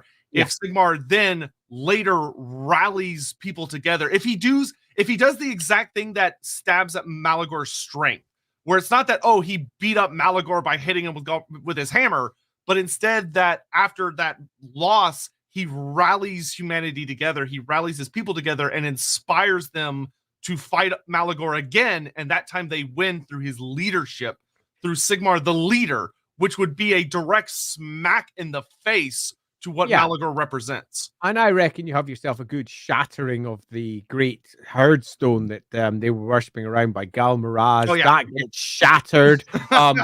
Malagor and Sigmar probably never even meet, because what happens is the Beastmen themselves are shattered and retreat. Malagor along with them, meaning that Malagor isn't so much defeated as he retreats, where Sigmar was defeated before that. So we still get to have that little bit of spice sitting between them. Yeah, I think this is all great.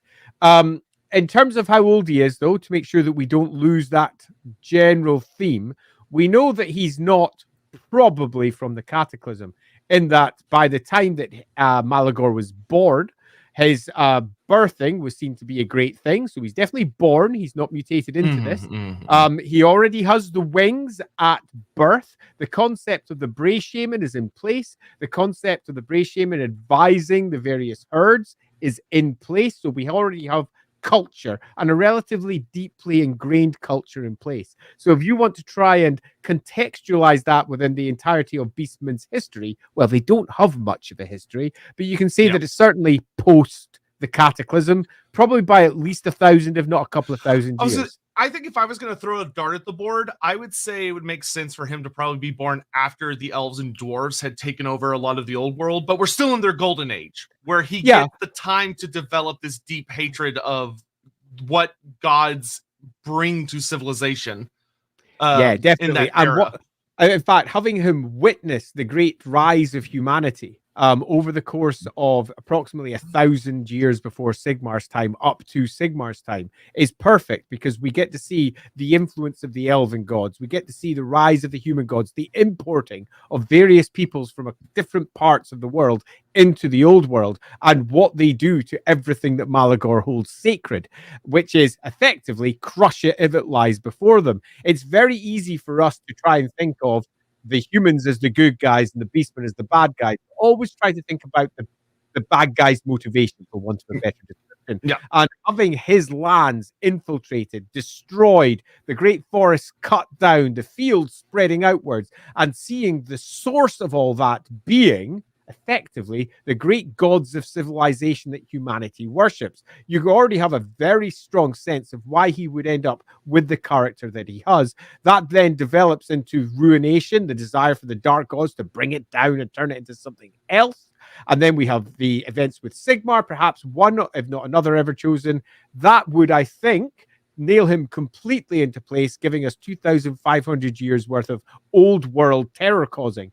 The biggest issue I have with all of that, for all it makes a beautiful story, is where the fuck is all the descriptions of the various horrific things that he's done for the last 2,500 years? And that, for me, is the biggest flaw of the character. The fact that he is never really used.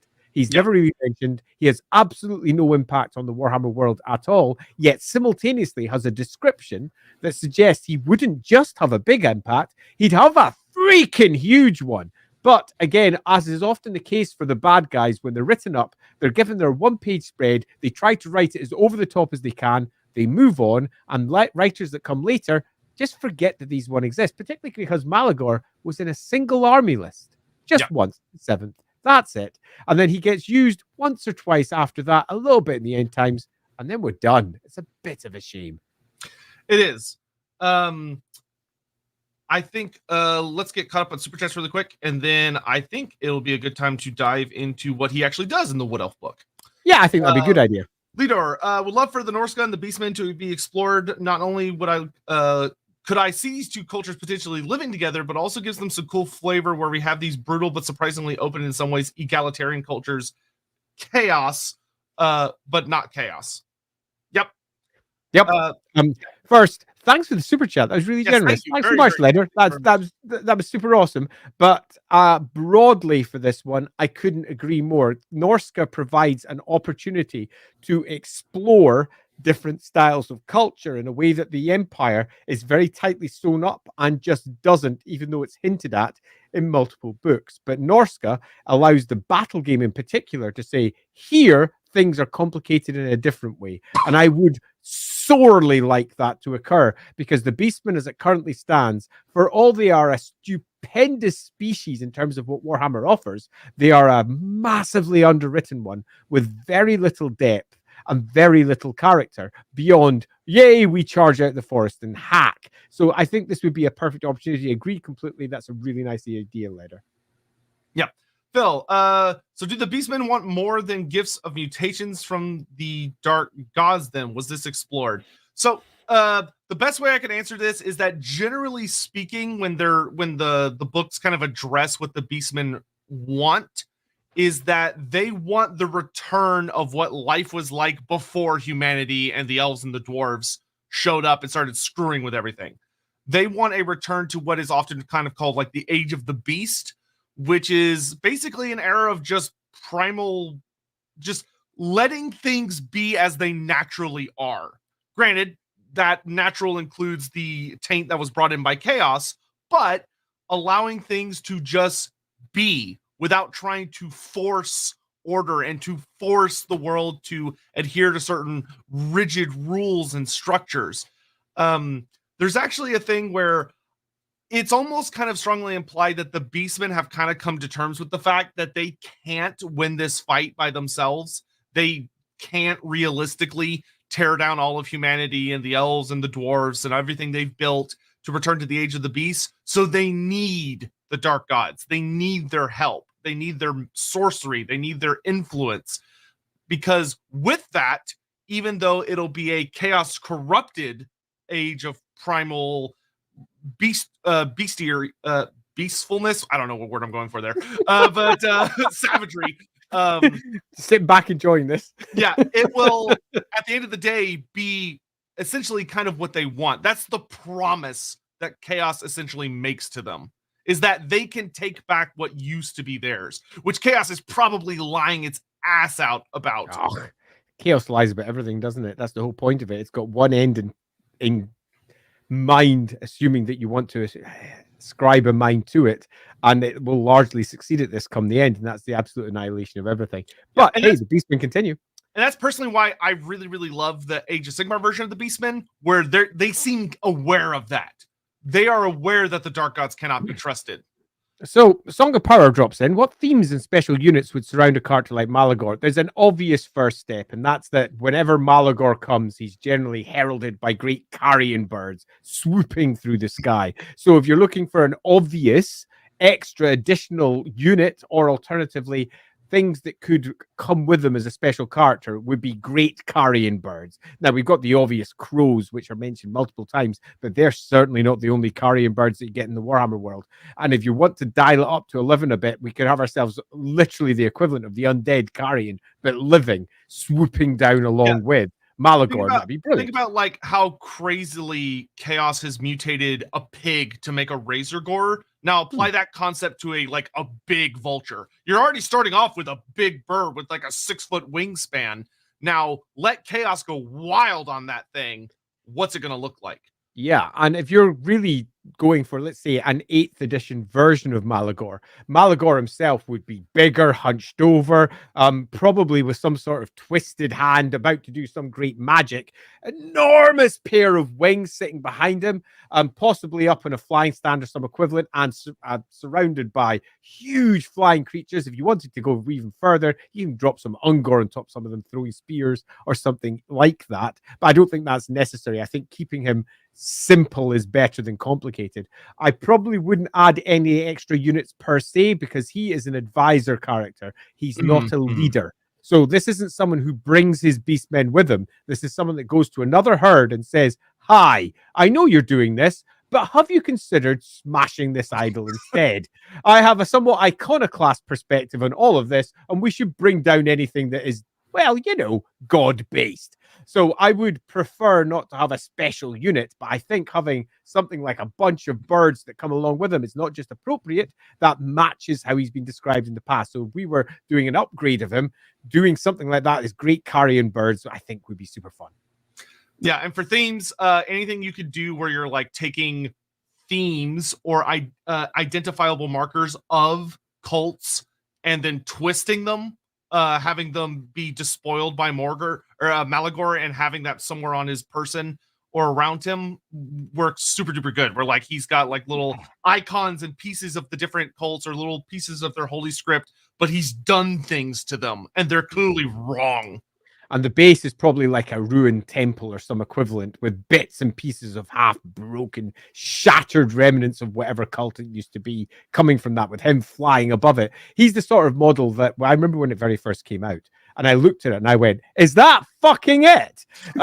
Because I had already in my mind just this image of a big, terrifying beastman. And when I saw it, I was like, that is not a big, terrifying beastman. Sam, with Beastmen being morally complex with a possible tall connection, do you ever think there could be a polar opposite to Malagor, like an order or just not Malagor version, trying to bring about a more peaceful coexistence? It could theoretically exist. I think there could be a like priest of tall type Beastman if you were exploring that tall route, which, you know, a high priest of tall or someone that has a lot of tall's influence would be a powerful individual. Like, just, you know, think about how scary battle priests are. A beastman, a creature that isn't itself a wild beast, would, if it had Tall's blessings, could theoretically unleash some pretty awe-inspiring holy magic, essentially. The prayers that it would unleash would probably be quite powerful. Granted, its version of peaceful coexistence would be very unique, because you would have to explore it from a very strong Tall-like perspective. Purely Tall. It doesn't care about what humans want. It cares about what Tall wants. That can include humans, but they have to follow really, really strict and specific rules. It would probably be a very dangerous character if you just ran into him willy-nilly. Yeah. When you're looking at something like this, you're loosely attempting to pin down what story am I trying to tell here. And the story of the Beastmen being more complex is worth telling in some fashion or another. And having a character that is the anthropomorphization of that, for all I know, it's not a humanization of it here because it's a Beastman, but the Beast of more man performance, blah, blah, blah, blah, whatever, one of them, is not a bad idea. I don't think I would prefer to pitch it as an opposite Malagor, because in many respects that would make the character less interesting, because what you would be doing is saying, see the other character, here's another one.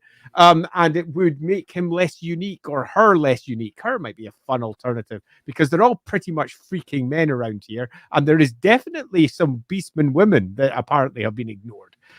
So broadly, I like the idea, but I would be looking to pin down the exact story you're telling and build a character for that, rather than start from the grounding point of, let's build an opposite of something we already have. Yeah, that's not that. You're doing yourself a disservice if you start. Yeah, loosely, but still a great idea in general. If Malagor pulled a Charles Xavier and formed a team of superpowered mutants who would be members of the Warhammer Fantasy X-Men, what are their powers? Okay, this sounds.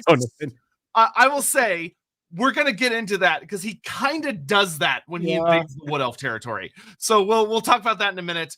It's not quite that level of crazy, but once again, the important thing about Malagor is he's not your leader. He is the advisor.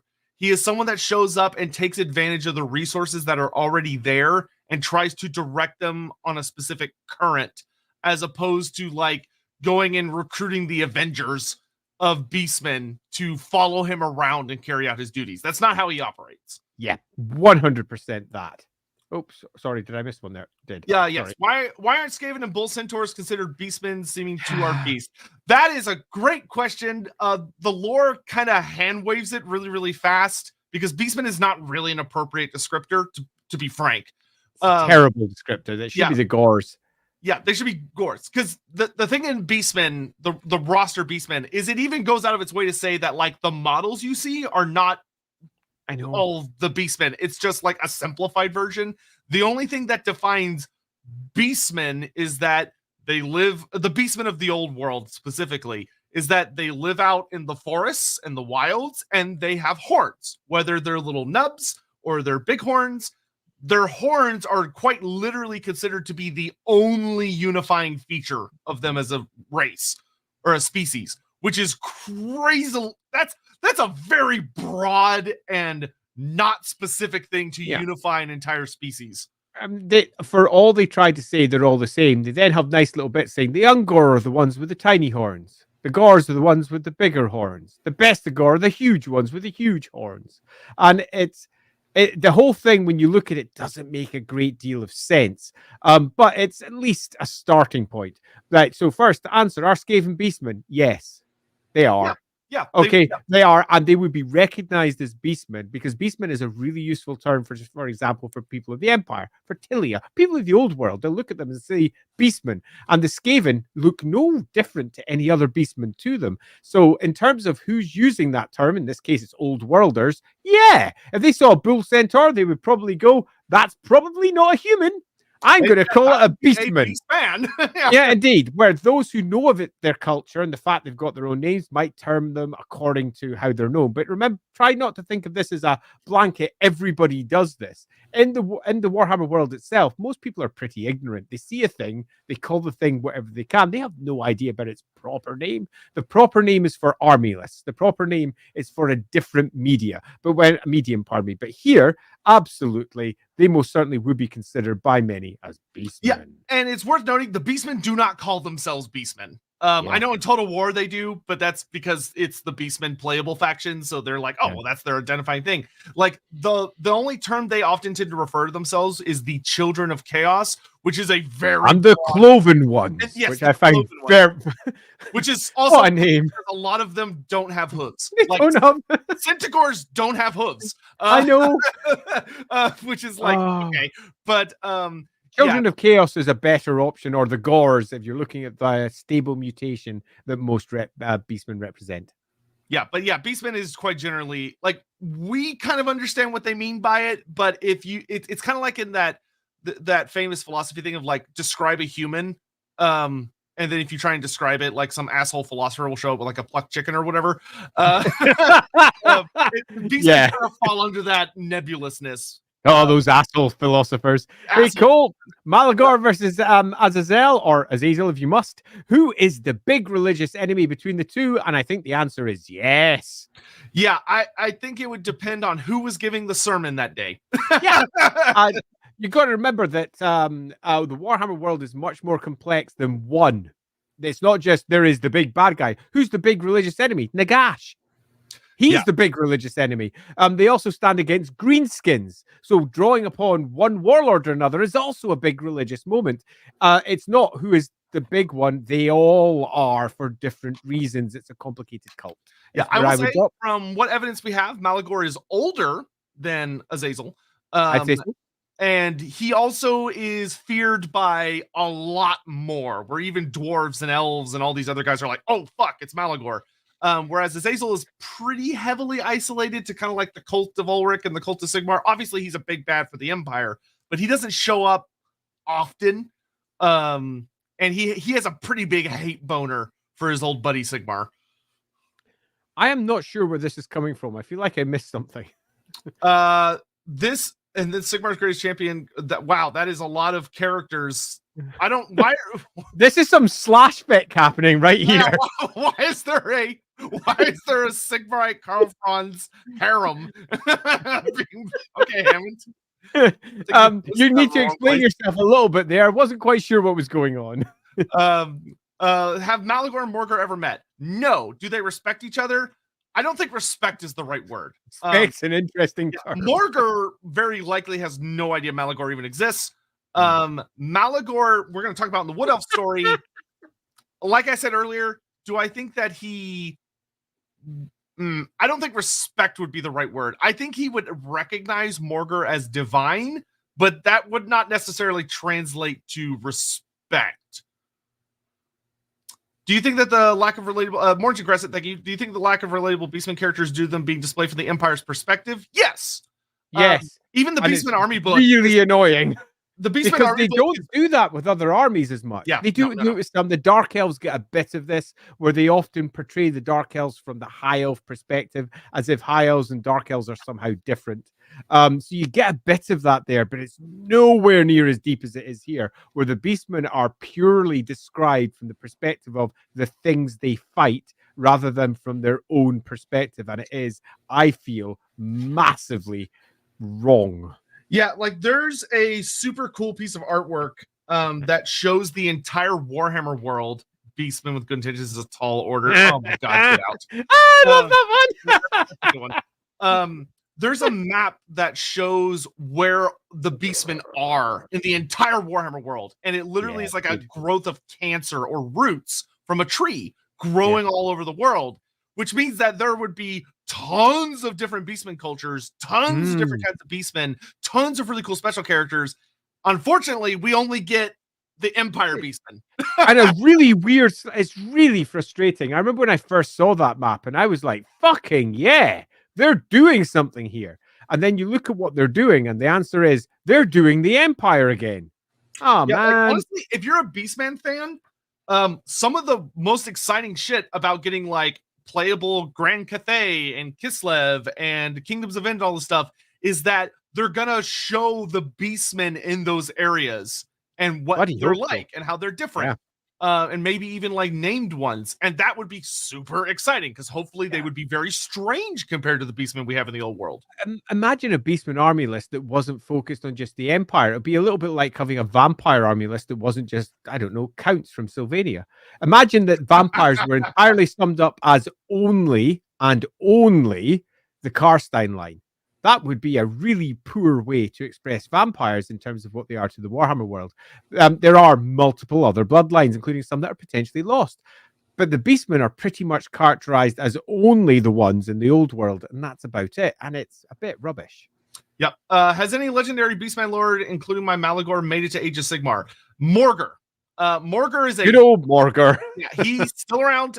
He's a full-on god, but it's very, very heavily implied he's going to be a playable character, probably in the next 1 or 2 editions. They've been building up to the return of Morgur.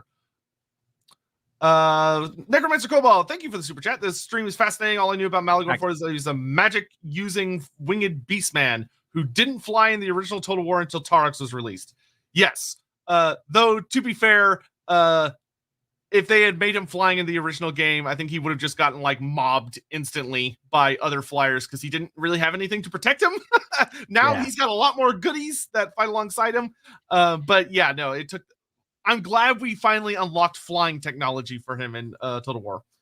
Phil, I'm sorry for what I'm about to ask, but this question is a massive argument with my circle of friends. Are Bray shamans, in fact, from the Bray subspecies of Beastmen or not? So the term Bray is used for, there's a lot of terms that get thrown around for Beastmen where you have brayherds and bray shamans in that a bray is literally, to bray is a sound that like goats make. They bray. So that is likely what it is referring to. But considering they use the term brayherds when they're talking about just an entire Beastman herd, I would say they are probably not a subspecies in the sense that they're not like a very distinct, like they are gifted with magic. They are gifted with the ability to hear the dark gods and to get visions from the gods and to perform rituals and do all these other things. So I wouldn't call them a subspecies unless you also consider wizards to just be a subspecies, which, to be fair, you theoretically could. So that's kind of a complicated question or answer, rather. I don't know how Andy feels about like considering wizards like a species or a subspecies. Right. So, I'm trying to. Sadly, I can't recall with the first point where they use Bray to describe them, and I want to go back to the original Realms of Chaos books just to double check that. So first part of my answer is let me go check me sources, because I've not checked those ones in a while, because the Beastmen got quite a bit of additional detail in there. It wasn't much, it was like 5 or 6 pages, but there might be a source in there that I'm not contemplating at the moment. But in general, it's just a cool name what they did use to mark out their shamans from just being shamans. They didn't just call them shamans, they called them Bray shamans. And then they basically give them the standard write-up, as I recall, which is these are the ones who are born with magic. Beastmen with magic are called Bray shamans. They're the ones who speak to the, I don't know, they speak to their Beastmen lords, who are the representation of the Beastmen and all their ideals, and they effectively sit there whispering secrets in their heads, much like they're probably getting whispered secrets from dark gods or demons or something, because they are magically sensitive. So they're basically just magically sensitive Beastmen. But the name may have an older form that I'd like to check up. And I wouldn't say that they are indeed a subspecies of Beastmen, in that the Beastmen themselves, first things first, it's hard to pin down exactly what sort of species they are anyway. They are full with all sorts of different bloodlines and strains as well. And to even try to identify one part as a separate species, I think would be folly. The Beastmen are such a mixture of different bloodlines. And they, when they breed true to magic, they are singled out as bray shamans. And that's not a great answer. I'm going to go check that one up further. If you're ever in my Discord, give me a ping down there, and I'll go do a little bit of extra reading up, because I'm almost certain there's something I've missed there. There's like a fact that's in the back of my head. Okay, Hammond was saying that Sigmar would probably be very disappointed in his eventual inheritor of his throne because he has so many magic lady friends. You know, you say that, but yeah, Sigmar, he put out about a bit as well. It's true. Yeah, a lot of it. When he had to, yeah. But Mandatus, Caleb, just letting you two know, you convinced me to make a Zing Sorcerer Lord of Gnome. Yes! Closest kid bash I can think of is a Goblin hero. You're welcome. Go for it! Oh, I'm looking forward to seeing that. If you, for that. yeah, Mandatus, that's freaking awesome. I hope you paint it up, and if you do drop it down in the Discord server, because I need to see it. Make sure you tag me, because if I miss that glorious creature, I will be deeply, deeply unimpressed with myself, if nothing else. Mandatus, mwah, beautiful.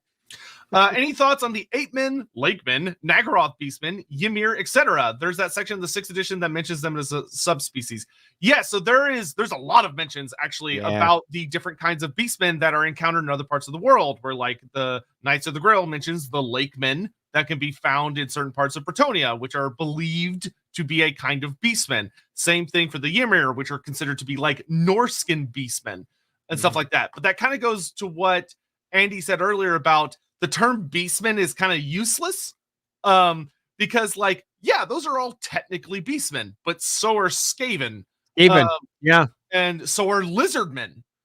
There would be no reason not to include Skaven inside the Beastmen army list, except for the fact that they are so unique that they aren't. But if you wanted to be completionist, you could easily include Skaven in the Beastmen army list, as crazy as that may sound, because they sort of are. Yeah, so it's kind of that thing of like, where would you draw the line between, what is a unique species and what's simply a subspecies of what we understand to be Beastmen? That's a really fuzzy line, like super fuzzy. Completely. So good luck on that, because I don't have an answer for you.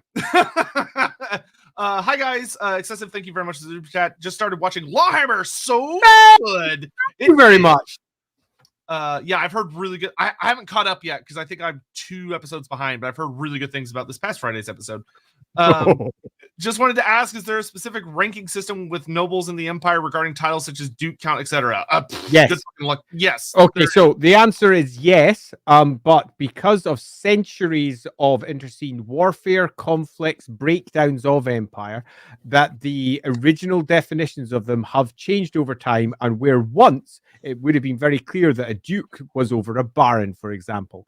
Because of the multiple warfares and ancient treaties, in some cases, barons came along, conquered dukes, and allowed them to keep their titles while simultaneously ruling over them, meaning that there is this bizarre patchwork of titles sitting one above the other, sometimes the same title sitting above another one with the same title. So a duke that rules over another duke. It's an absolute mess. Now, that is to a degree born of multiple writers not understanding hereditary systems and how they work, but it's also now become somewhat of a feature of the Empire. The Empire is an actual tapestry of messed up titles, many of which, if you know what the titles mean, make little in the way of true sense, while simultaneously all of them are held bitterly onto by the people who told them, and they do not want to lose their titles. As a single example, in Nordland, pretty much everybody used to have a variety of titles and were conquered so badly by Midnheim that they all became baronies, as what was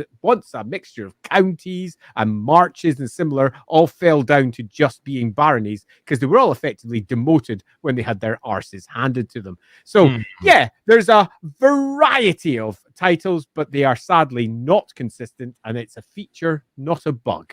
At least now it is.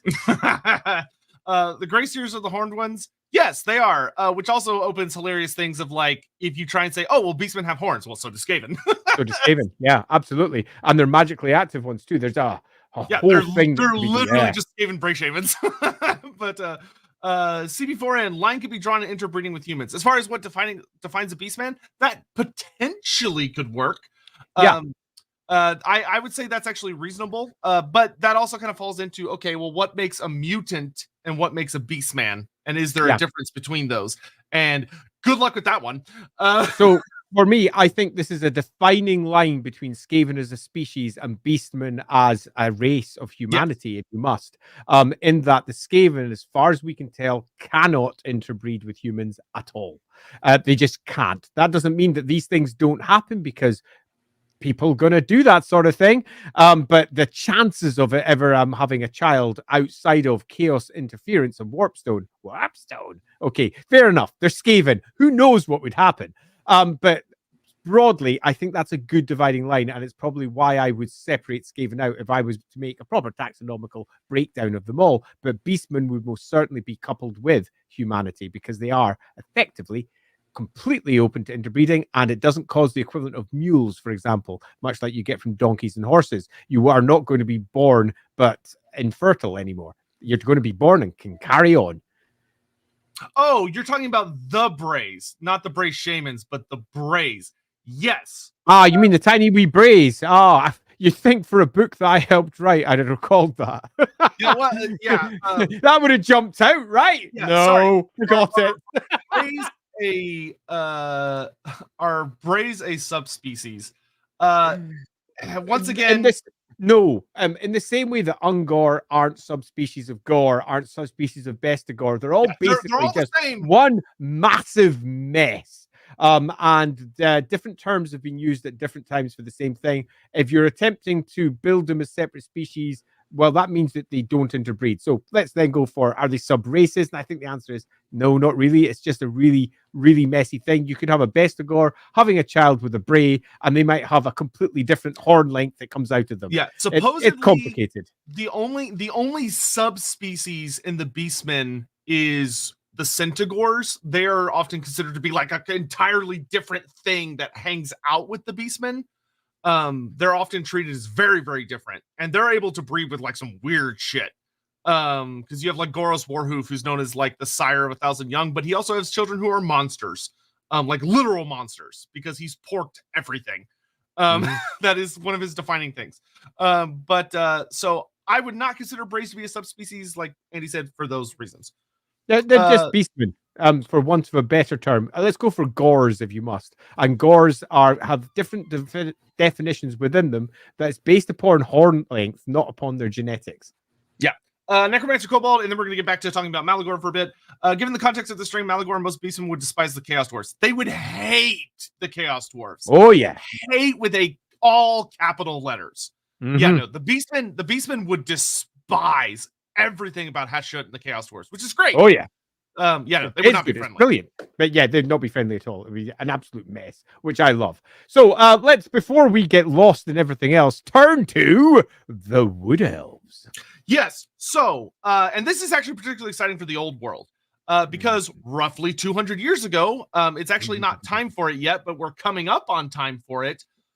There's a big event that happens within the Wood Elf lore that's known as the Slaughter at Bleak Meadow, which is actually a pretty long story within the Wood Elf timeline. But basically what it breaks down to is that a couple decades earlier, Morgor gets killed again. And every time Morgor dies, the Beastmen kind of retreat a bit and start building up their forces again, waiting for him to get born somewhere. And then he has to be found, and then he has to grow to maturity. Because Morgor is the really spooky version of a mortal where it doesn't really matter if you kill him because he literally just shows up somewhere else. But so the Beastmen are disorganized. They're a mess. They don't have a leader, and they're all interfighting and doing all the things that happens when the leader is killed. And in comes Malagor, who's known as Mogruk by the elves, the Lord of Crows. Which also goes to imply that he's very, very old, where the elves have a different name for him. And I'd use that. In fact, just that single line is, I think, citable as a source for saying that he is almost certainly pretty ancient. And any attempts to say that he's not should be immediately taken out the room and shot, because Malagor, Malagor just is. Yeah, and the thing that's very, very, very interesting about this particular invasion is that the Wood Elves have been doing very, very well recently. Like Ariel was active, like she was back, she was no longer in isolation, and Orion was up and about. Things were going good. And Morgur launches an assault, but he doesn't do Malagor launches an assault, but he doesn't do what Morgur does. Morgur is batshit fucking crazy. And Morgur basically points himself in a line and he goes that particular direction, and everything in his way is probably fucked, but maybe you'll be able to kill him. Malagor is smart. And what Malagor does is he shows up to all the forests around Bretonnia and the tribes that live in the mountains and the tribes that live in Athel-Loren itself, because Athel-Loren actually has a pretty large Beastmen population, which a lot of people like to forget about. But there's a ton of Beastmen that live in Athel-Loren because they know paths that even the elves don't. Because the forest is not always on the elves' side because it's a tricky little bitch. And Malagor goes around and talks to all of their leaders and gets everybody into shape because he is a herald of the dark gods. You do not argue with Malagor. You do as you're told because he has visions from the gods. He speaks with their voice. And if you do disagree with him, he will literally obliterate you pretty easily, to be honest. And Malagor gathers all of these war herds and he directs all of them to attack Athel-Loren simultaneously. And it leads to this horrible situation for the Wood Elves because the Wood Elves have one major flaw, which is that there's not a lot of them. They can't be everywhere at once. And so this war ends up being very unique in that Malagor takes advantage of all the Wood Elves' weaknesses, where he has the Beastmen attack from outside the forest, coming from all four cardinal directions, but then the Beastmen inside the forest also are attacking those same locations from inside, and the Wood Elves are almost completely overwhelmed. Like it talks about that there are several holdouts where you have like all your special characters, like the Sisters of Twilight are holding out in the Pine Crags, and Daith manages to hold his forge, but Daith is forced to literally open his forge and come out wielding weapons that he will not allow others to wield. So like a demigod has to take to the battlefield who normally does not like to fight because Malagor directs a threat directly at him, so he can't spread his arms and armor across the rest of the Wood Elves. Orion and the Wild Hunt are being overwhelmed. Like the entire forest is being assaulted simultaneously, and a bunch of really important Wood Elves die. Like there's a important beast handler type character, a guy who very deeply loves for the animals and cares for them in Athel-Loren. He gets murdered by the Beastmen, and it's awful. And the Wood Elves finally managed to bring Morgur to battle, or Malagor. Gosh damn, I keep saying that. They're very similar names. Malagor actually manages to get in a big fight with the Wood Elves, and the terrifying thing is he's winning. Like he just beats their asses. He beats them back, and it's getting ugly. And one thing the Wood Elves are keenly aware of is they're used to thinking that the tide of Beastmen rises and falls with Morgur. If Morgur is alive, it's really, really bad. But if he's dead, okay, we're fine. We're fine. Malagor disrupts this cycle, which is awesome. Because, and granted, I think this ties into what I said earlier of that I think Malagor knew he could not control Morgur. And for him, he wanted to take advantage of the gap, the power vacuum of Morgur being gone.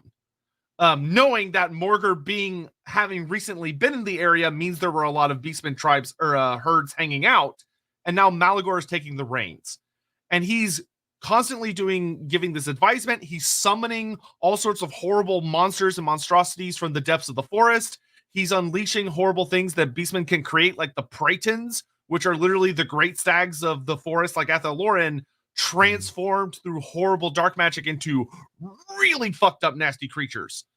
And he starts winning. And the other thing about Malagor is he doesn't overextend himself.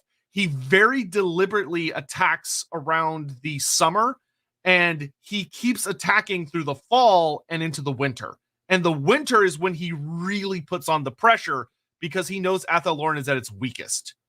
A lot of the forest spirits are asleep or drowsy, and the wood elves, they are bound to that seasonal cycle where they rise and fall with the seasons. And the wood elves and Athaloran were flat out, undeniably losing. Malagor was beating them. And then something Malagor did not expect happened, which is the high elves show up. Damn it. Yeah, which is apparently this war lasted for long enough, at least most of a year, that the high elves, it mentions that Phoenix King Finnebar caught wind through either his people spying on various parts of the world or informants or whatever, that there were Beastmen, brayherds attacking Athaloran in unprecedented numbers. And he sends a big ol' army. And they go over and they fight alongside the wood elves. And Malagor cannot defeat them. Now, granted, he hurts them really bad.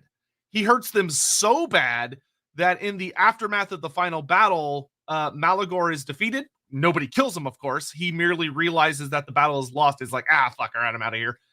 But the battle was so bad that the relations between the wood elves and the high elves begins to break down. Because the high elves look at all the casualties they've taken. They go, what the fuck? Like, we came all the way here to help these guys and we got massacred for this? Like, and the wood elves are also a fairly isolationist, standoffish people. Fairly. So, yeah, fairly. Yeah, they're extremists, to be frank. Yeah. And they do not have the best manners, even by elf standards. And the shit got nasty between them, where the high elves were very, very upset at the losses they had taken, and wanted the wood elves to be appreciative. But from the wood elf perspective, they had suffered significantly more losses. And it's kind of embarrassing for an elf to have like heroes have to ride in and try to save the day. And it leads to nobody kills one another, but it leads to an ugly argument. And we have this building relationship that since Finnebar had become king, had been building up. It gets basically reset back to zero, where the relationship between the wood elves and the high elves frosts over, which kind of goes to show that even though Malagor did not succeed in destroying Athaloran, he did succeed in driving a very important wedge between a potential alliance that would have been devastating for the forces of chaos, especially because Asvar Kul is rising in the north during this time. Yeah. And it feels very deliberate, and I love that. My summation and all that is yes. That is it. Yes. Yeah. It's a marvelous breakdown of what was, in terms of its open appearance, a potentially lethal allegiance for those that would stand against the elves, and it was thoroughly dismantled. Yeah, and the thing about this is this goes the way Malagor really operates is that we can see that he is a conniving and cunning son of a bitch, and that Athaloran is often considered invincible, invulnerable, where it takes like a wah of unprecedented size to really threaten them, or the entire wrath of the dwarven realms. But in this case, they had a problem lurking among them that they were keenly aware of and genuinely believed they had under control, because history had shown they had it under control. And then Malagor shows up and completely just flips the script. Yeah, and I think that's a single example of how this character, a character that is supposed to represent this great threat, was actually used pretty well. It is sadly, though, just once. And if you take a look at how he's used in the end times as a comparison, nowhere near as well. I think this is pretty damn fine. Yeah, and to briefly touch on that before we get into super chats to talk about a couple other little things, Malagor does feature in the end times. He is by far the most important Beastman character. Because he's the only Beastman. Sadly says little. Yeah, which sadly does say little. Because he's the only one that gets to show up in multiple books. He features very heavily in Nagash, which is book 1, and then he features again very heavily in book 4. which is Thankful because he participates in the Battle of Middenheim. Yep. But basically, it breaks down to he starts off pretty cool in that he basically starts getting a lot of visions for the Dark Gods about the resurrection of Nagash, and he goes, "Oh shit, I need to stop that." So he builds up a big old brayherd, and he starts directing all of these war herds towards Sylvania to kill Nagash, or to stop Nagash from being resurrected, more accurately. Unfortunately for him, what basically happens is that, funny enough, the Beastmen stay on target. It's the dwarfs who fuck up because basically the vampire counts, Manfred in particular, Manfred uses like little forces of scouts to lure the dwarfs and the beastmen slightly off course, so they end up running into each other. Yeah. And the moment the beastmen see the dwarfs, they go, "Ah, we want to fight." And Malagor is genuinely furious because he's trying to direct the beastmen in a particular way, but once they get that battle fury upon them, he no longer can control them. And they basically just go and fight the dwarfs, which of course destroys both armies and leaves them both unable to deal with the Nagash resurrection scenario, which is fair. I mean, it's not particularly exciting. If you're going to use a character to try and disrupt the Nagash build-up, why use Malagor? I mean, it's a fine enough story, sure, but Malagor is an iconoclast who's breaking gods. I'm breaking Sigmar. I'm breaking not Nagash. That's the undead. It's such a weak use of a character who's already got a very strong reason to exist. And I felt that, I remember when I read that bit, I was like, Malagor, really? I mean, it's nice to see him, but really? That's where you've gone? There's lots of other characters you could easily have plucked free to do that, and Malagor could have been used in so many more exciting ways, particularly given the depth of his potential age and what his own personal concerns were. You really, when you're looking at the end times, you want to take each one of the characters and go, who are they? What would they do in reality? Not just, we've got a big enemy we want to destroy, so let's grab a character and throw it at them. You go, who are they? What would they do? And how can I tell the best end to their story? Because the vast majority of them are going to die. So you're really looking for, how can I end Malagor's story well? And there's lots of ways you could have done that, and I don't feel that the end times made the best choice of it for him, pardon me. Yeah, and the sad thing is that they do a pretty good job of using like the whole thing of like, oh, he's the advisor role and he's really powerful and he leaves when shit gets bad and stuff. When he shows up in the fourth book, it's great because he's at the Siege of Middenheim and he's like directing the Beastmen and like, oh, he's going to try and snuff out the Flame of Ulrich. That is something Malagor would do.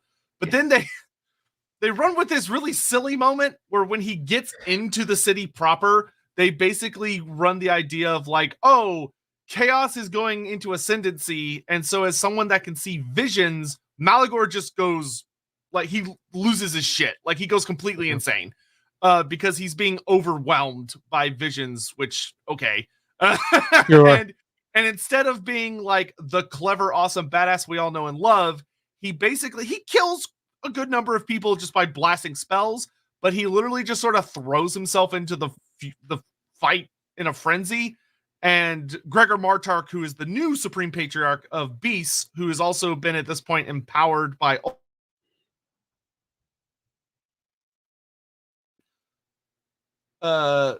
just a mess of spells, and kills Malagor very abruptly. He basically gets pincushioned with ice and he dies. And it's like, okay. All right. Is it the worst part of the end times? No. Is it a great part of the end times? Also no. Yeah, completely agreed. Again, it's a poor use of the character. We had a really good potential story building here with the Ulrich and Flame, and the fact that Sigmar had passed through this flame. You could have built a lovely couple of paragraphs, because it doesn't need to be much. What you're doing is attempting to tell stories with each of the characters you've got, and ones that speak to why they exist and what they've done in Warhammer for the last, whether it's thousands of years or in real life, 10, 20, 30, 40 years worth of history that Warhammer has. And Malagor should have been pitched against something holy. So that means quite clearly, in this case, the flame, and his demise should have either been at the flame, or if he's going to die, something involving the flame, not just randomly getting taken out by Supreme Patriarchs. Get out of it. It's weak sauce that speaks to a lack of consideration and thought as to how to best use the characters that they'd built. Yeah. So I'm going to throw that in the trash and go back to some cool shit. Real quick, though, we're going to catch up on Super Chat stuff, and then we're going to talk about one final 2 or 3 things with him, which is going to be super fun. So it starts off with Phil. Are the Brays the only kind of beastmen that do become Bray shamans? I'm sorry, but we're French and we're pedantic, and we have to get the straight answer. The answer is no. Absolutely, categorically no. Shamans and the Bray shamans are the beastmen that can use magic. It doesn't matter where they come from. It doesn't matter how they were brought about. They do not simply come from Bray stock. If they did, and they were still called Brays because they would have Bray stock, they'd have no horns, barely any horns at all. Yeah, that's Bray not the shamans case. have huge horns. They have big, huge curling horns, just like other beastmen. They are just beastmen. So the answer to that, Phil, as disappointing as you may find this, unless you're on the other side and you find this very pleasing, the answer to this is absolutely not. It's just a term that was used in this case to mark out the shamans as being beastmen versions. So they added Bray to the front of it. It's not a correlation through to being of Bray stock. Yep.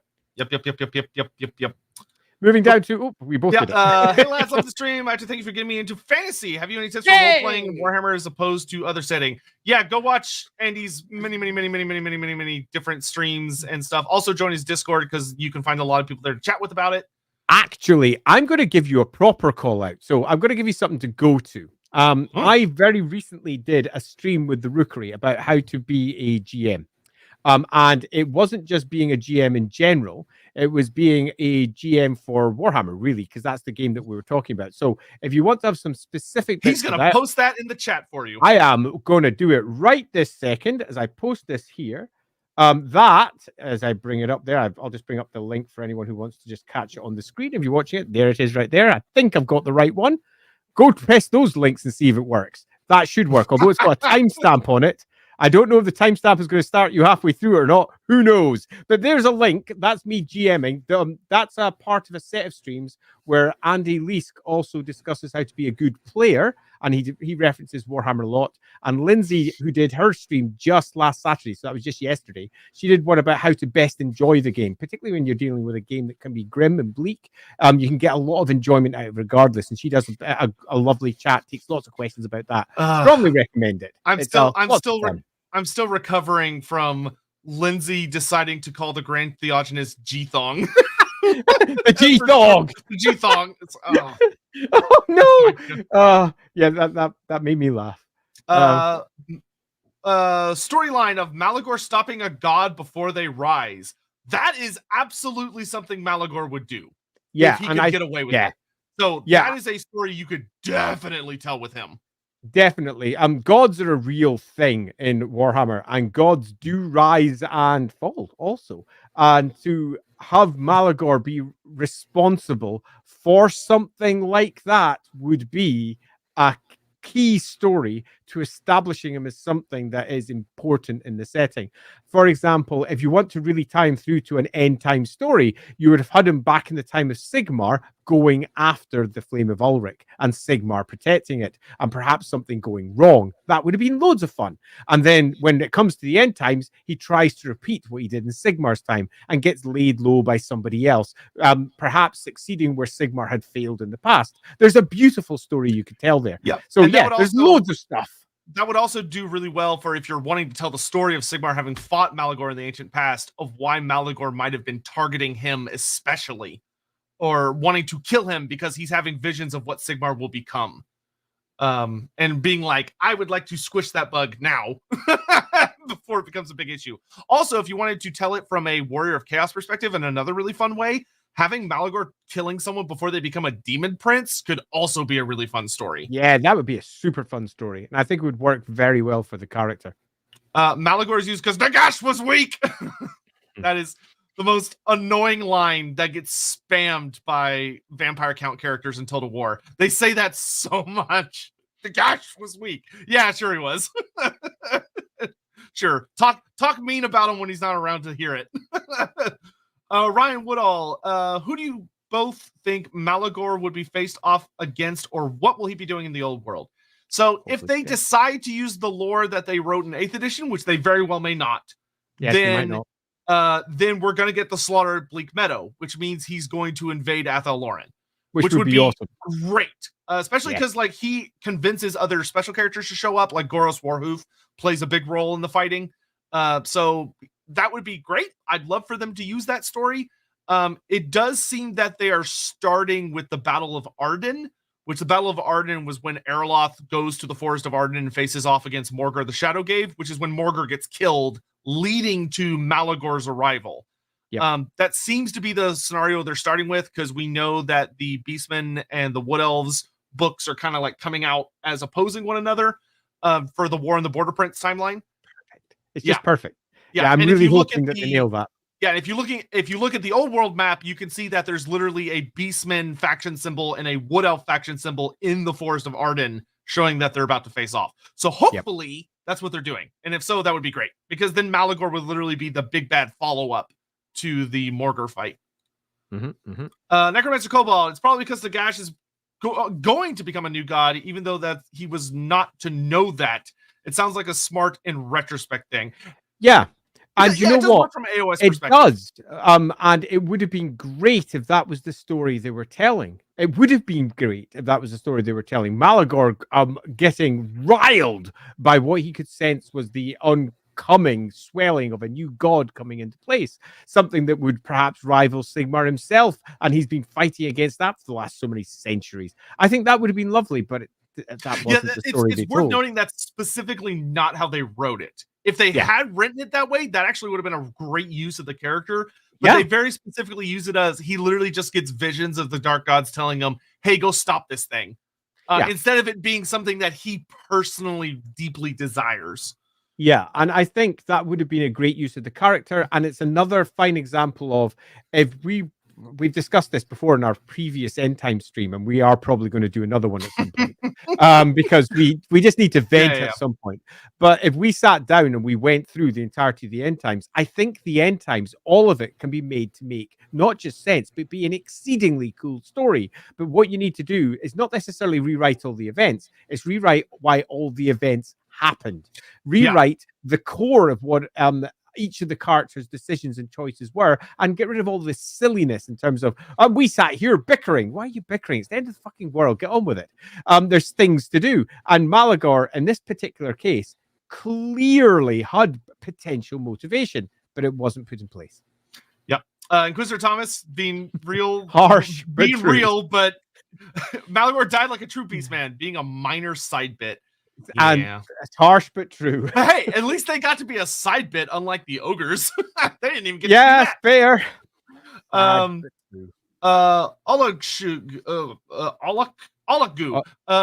your thoughts on Malagor's Total War Warhammer start position? Oh, so this is actually something worth talking about because it's actually really interesting. I like it. I know some people don't, but what the concept behind it is, if you go back and play like Warhammer 2, when he has like dialogue about it, or Warhammer 1, I think even, is that he starts in the ruins of Morkane or Morkheim or the Marshes of Madness.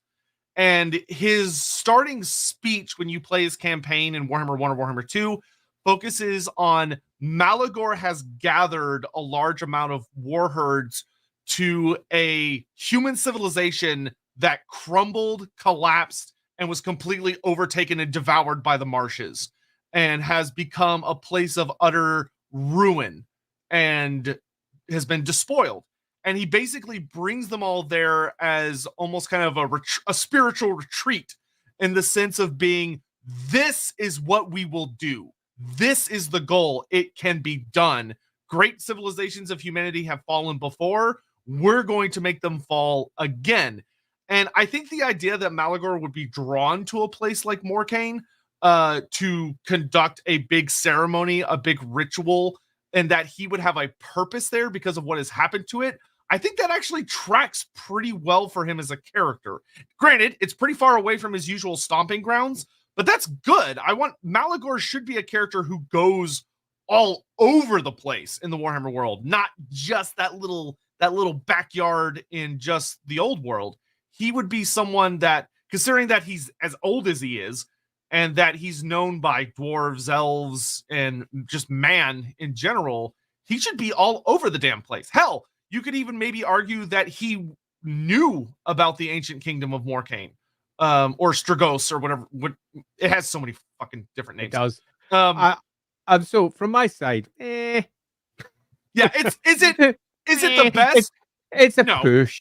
If you wanted to do something similar in a similar area, you could very easily have just said there was an ancient Nehekaran site of great religious importance that he knew of for reason X, Y, or Z that he's repurposing and doing some crazy ritual from, and almost doing the same. Morkane is at best, where the fuck are we going to put him? Let's make up a weak justification for Morkane. Yeah, well, to be fair, it's fine. Yeah, it's a paragraph explanation of putting him somewhere to give you. And the important thing is to give you a different campaign experience of like, you don't want all 3 Beastmen characters starting in the Empire because that would be boring.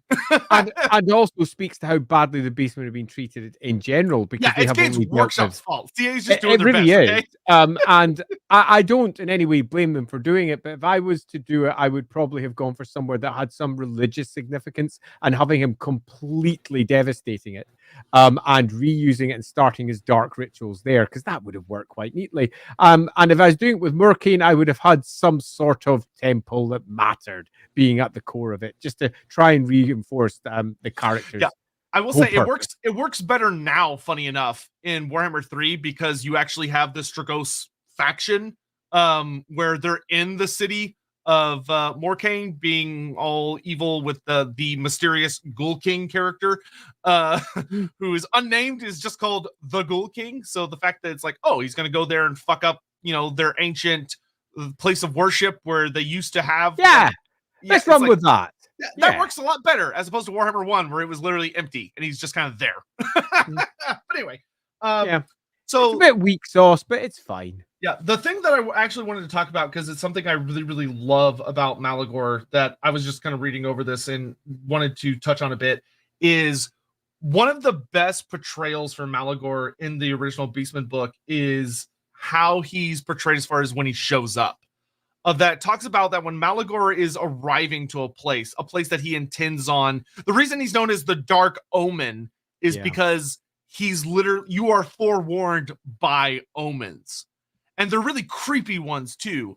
Like, you'll find random hoof prints on your roof in the snow, or all of the milk and water that you have turns to blood, and animals that are being born are mutated. So they've got like tentacles or 2 heads or all sorts of other stuff. The crops are withering or they're growing unnaturally. So instead of, being like normal corn, it's like bizarre colors with growths and like weird, like little limbs and shit, or faces that are screaming, like just all of the most horrible nightmare shit you can imagine. And people, the thing that's so great about him is that he's so well known kind of as this potential mythological threat that when these things start to happen, even if it isn't actually Malagor, they're going to think it's Malagor. Yeah, this is a classic example of witch signs popping up, as it's often referred to in one source or another.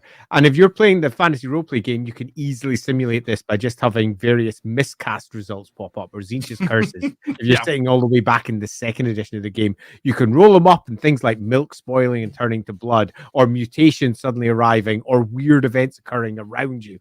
They pop up on those tables all the time. So you can literally just manifest that stuff, make all your players freak out completely, expect there's going to be some form of witch about, and then bringing something far, far worse. Oh, that would be such a dirty but fun play, is like your wizard miscast, and the party's like, oh, it's just one of our wizard's miscasts. It's not a big deal, but it's actually way worse.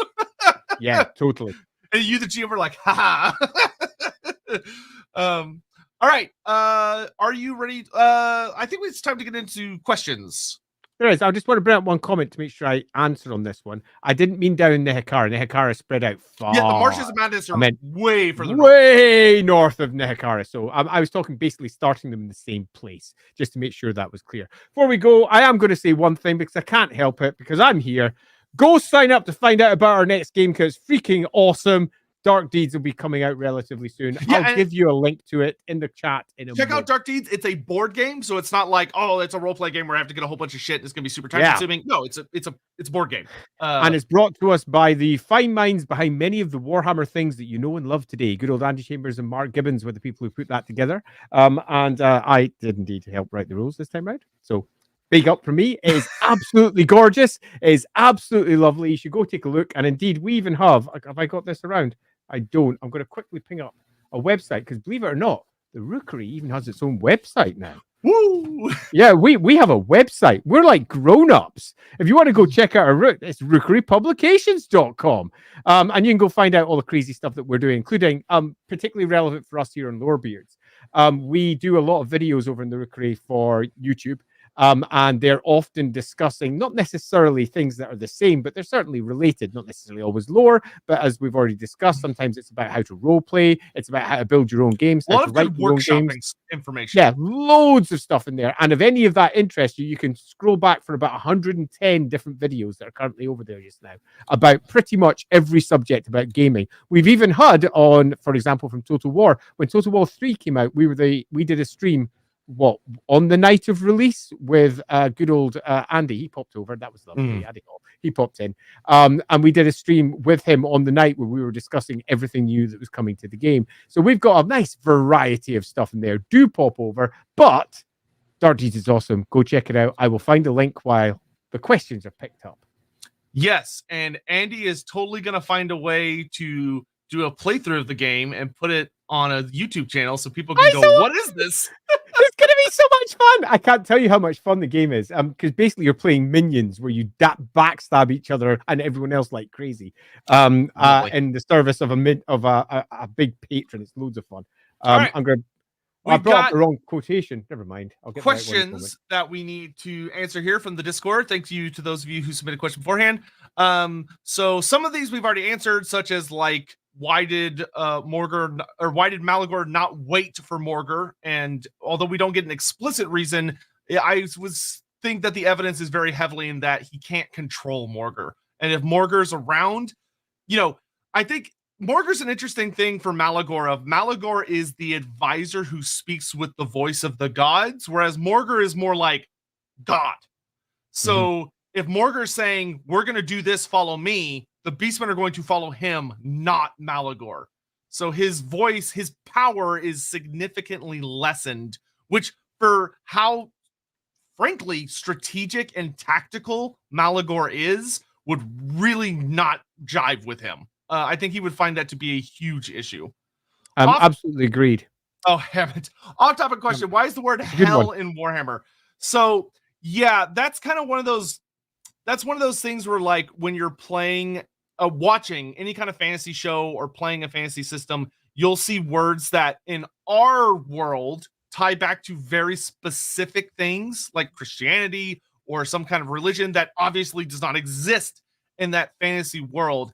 And I think this kind of, the way I always rationalize it is I kind of think of it under the terms of like the Tolkienism of like Tolkien. Tolkien says something when you're reading like Lord of the Rings and stuff where he's like, oh, I didn't write this. I found an ancient tome written by a hobbit and I've translated it into English and I've kind of like put in words that give you the approximation of what it means. Yeah, no. I'm going in a completely different direction. The hells are a concept inside the Warhammer world that pops up again and again and again. That's true. Cain, the god of murder, has his own hell, effectively, which is considered to be a place that if you are to go there will be the freaking worst, which will happen if you are killed by a follower of Cain. Similarly, the chaos gods sometimes have their realms referred to as the hells as a way of referring to them without actually saying the word chaos or mentioning any of the dark gods or doing anything else. So the word hells is used in a variety of different cultures to represent anywhere that is awful in the general afterlives or the realm of chaos, if you wish, or the aether or anything similar. If you want to look at it as the realms of chaos, it's all the realms that fucking suck. So basically, hells do exist, and things like Hellspite, Hellfire, whatever, all the various hell stuff ties through to a variety of different linguistic backgrounds where hell just has a different meaning to how we often use it in the real world, often when it's spelled HEL. So not only is it justified within the world, linguistically it can be as well. So in this instance, I will quite happily say it's fine. Yeah, also, for just a funsies fact, if you want to see an example of a hell and how like fucking awful it is, go read Gotrek and Felix Giant Slayer, because there is a scene where one of the characters ends up in a hell for a brief bit, and it sucks. Yeah, not good at all. Hey, Ryan. Sotek, do you think the Beastmen need a TLC? I assume that means Tender loving care. Yes, they do. Update concerning their textures and lore spell effects. This question could apply to all the races of Total War Warhammer, maybe Total War Warhammer 2 as well. Yes, I would love to see Beastmen get some texture updates and for the Lore of the Wild to get a refresh. They've been doing that. Like, they've been going through all of the Warhammer 1 lores of Magic and been updating their effects to make them better. And so I hope the Lore of the Wild will be on that list, because I think that would be super good, because it's pretty boring lore right now, which is granted. Warhammer 1 was very constrained, and Beastmen were one of the first DLCs, so they were also very heavily constrained. Also, please give me more Beastmen monsters. Like, give me my Praeton, please, please, please, please, please. The one guy, a campaign set in an isolated monastery or other holy site and being hunted by Malagor would be awesome. It would make for a kick-ass horror campaign. Yeah, Malagor is a great character. If you actually look at Malagor's stats in terms of their Warhammer stats, they're not that good. He is not the biggest, most kick-assest of characters. What he is a very powerful sorcerer. He's a scary strong wizard. Yeah. And he's a sorcerer. The more that he casts, the slightly better that he gets as he goes along as well. Meaning that once he gets going, he can be horrific. As a character to represent basically the iconoclastic breaking down of religious artifacts, absolutely, and a character I'd very much like to see used. Now, for all I say that in Warhammer stats he's not that good, in comparison to your average PC, if you were playing Warhammer Fantasy Roleplay, he'd have them all for breakfast, and that as well is an interesting thing to try and play upon. But the way you play upon it as a GM is not to use him as a direct antagonist. You don't want him pitched against the PCs that much. You want his influence to be felt. You want the horror of what lies beyond coming in, as he is ultimately an advisor, not someone who deals with it himself as much. So having them come in, capture, and then come in afterwards, once everyone is secured, and then talk it out like the horror show that he is. There is some beautiful role-playing situations you can have there. So ultimately, I agree completely. Yeah, having characters like trying to resist and ultimately fail, and then they get to see what Malagor does to a place. Because like, as long as they're not, the priests or whatever, he doesn't give a shit about them. Like, he doesn't care, so they could very easily get away. I'd kill him. Yeah, obviously you can kill the characters, but that's what you got fate points for. Yeah, that's true. I would seriously screw with your if I was making a character and you wanted them to have like a fuck up backstory that they keep secret to themselves for a long time, having a character that survived a Malagor incident, like maybe they were like an urchin that lived in a temple or was taken care of by a temple, and they hid somewhere and were able to survive, but they witnessed what Malagor does. That'd be fucking awesome for a character backstory, and they would have so much trauma. So true.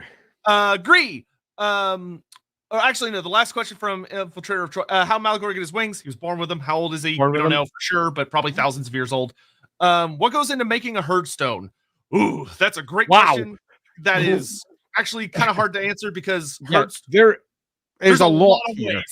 Yeah, there is a lot here. Loosely speaking, it is a place of extraordinary importance to the Beastmen, and the reason for that can fluctuate. It could be a center of previous religious thought. It could be magical. It could be just a site where things happened and a great stone was raised. It could be where a previous champion was elevated to become a demon prince, and great stones have been raised to celebrate this. What it is, in general, is a place that's dedicated to the dark gods, is very possibly attached to and is a part of the geomantic web, because they'll have tapped onto the existing stones, or alternatively, the old elven way stones that, of course, pepper their way across the old world, being repurposed because they're dragging magic to them to be a herd stone.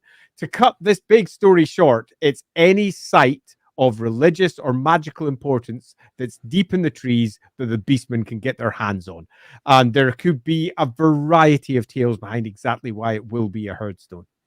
Yeah, and they are very, very, very heavily defended. There are often beastmen that permanently live around them, and they are magical as fuck. But yeah, they're made all sorts of weird stuff. Sometimes they're made of regular stone. Sometimes it's a warpstone meteor that has been carved up. There's a lot of crazy stuff. Sean Saltz, is Malagor the Bond villain sitting in the shadowy chair petting a cat? I'd say he's worse. Much worse, because he is not going to sit there and explain his plan. What he's going to do is tear down everything you believe in a fashion that makes you go, he's right. Oh my god, this thing is right. And then once he has won, he kills everything, because he has made the necessary despair spread. Could you imagine the like Malagor could give such an amazing speech if you used him as an antagonist for a Sigmarite, especially, of Malagor being like, yeah, I met your god. He's not at all what you think he is. And like, ooh, he could hold that over them to such a horrifying degree of, I know your god. I saw him. So true. Yeah, that'd be a super fun story. Yep. Let's see. What was Malagor's most famous magical duel? Unfortunately, that kind of falls under seriously, write more about Malagor. Yeah, we don't really know.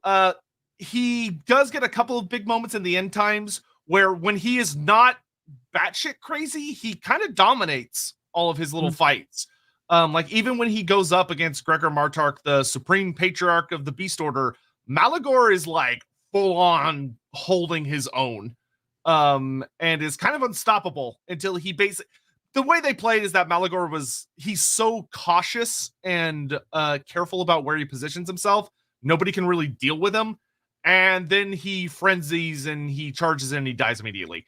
So such a waste. Yeah, but I will say, like Andy was saying, he literally has very explicit built-in rules. Malagor is the most powerful Bray shaman that exists, where he literally, as he channels more magic and he unleashes more spells, he gets stronger.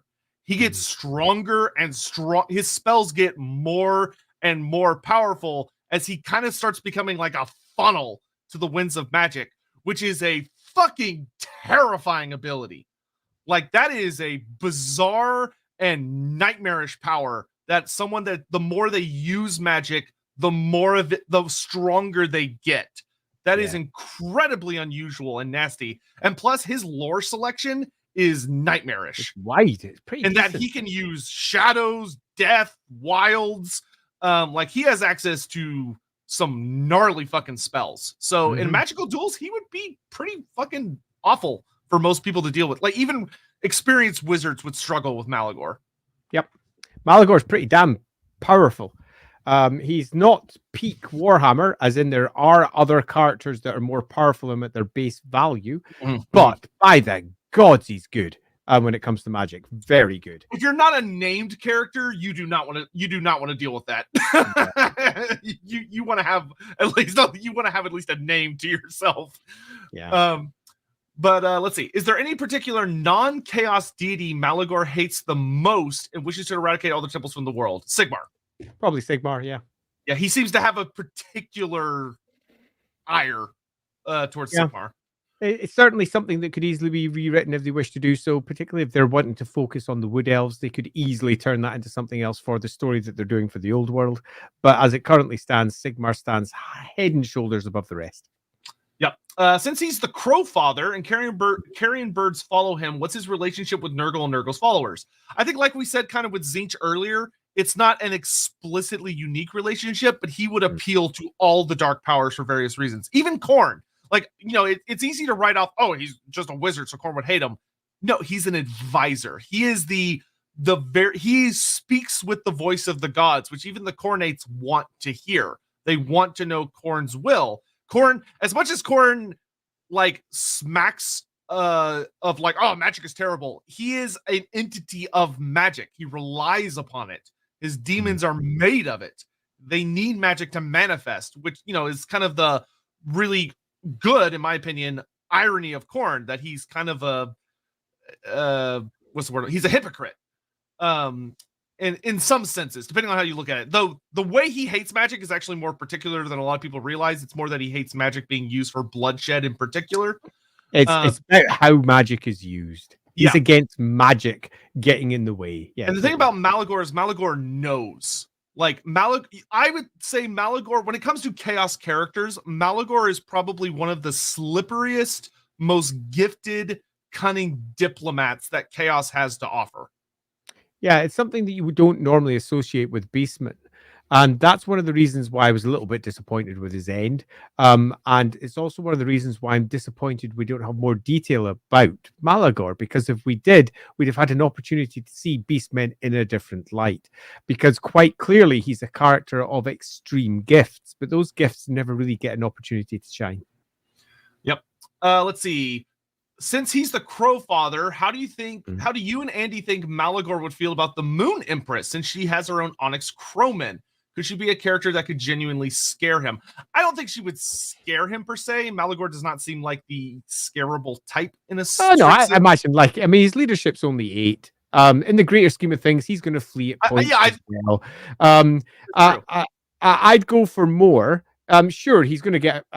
There's going to be things that he's going to cautiously remove himself from, because who would want to deal with a big fuck-off moon dragon? No, that would be very foolish. But I think the relationship with being the Crowfather, it's just the name. He gets big, huge carrion birds come along with him, but it's ultimately a name. It's not something that particularly defines him. And if he sees anything else with crows, he goes, "Wait a minute, they're mine." Yeah, now it's not really like that. A better question to answer your question would be, what could Malagor do to the Onyx Crowmen to pervert them, to despoil them, and turn them into something worse? Now we're talking. Now we're cooking. Yeah, now we're cooking. Now we're trying to build an interesting story. We're trying to use Malagor at his strengths against something that might not naturally be perceived to be an enemy. And I quite like that. There's definitely something in that. Because that's the thing. That's the important thing about Malagor. A lot of people get too caught up on the Crowfather aspect. It's the despoiler. That is his gimmick. Let's see. What's the holiest temple Malagor has ever desecrated? Oh gosh, I'd have to. There is a very brief mention. I don't remember what page it's on, so it's going to take me too long to look it up. The Beastmen book is organized kind of weird because there's no timeline in it, which sucks. That says something about how they handle their history, though, doesn't it? Yeah, there's no timeline in that book, which is a huge bummer. It's one of the only army books that doesn't have a timeline. Yeah, I think it is the only army book that doesn't have a timeline, because the Bretonnia one does, and the Skaven one does too. Yeah. But there is a little mention somewhere in the book of him screwing up a couple of specific temples. That being said.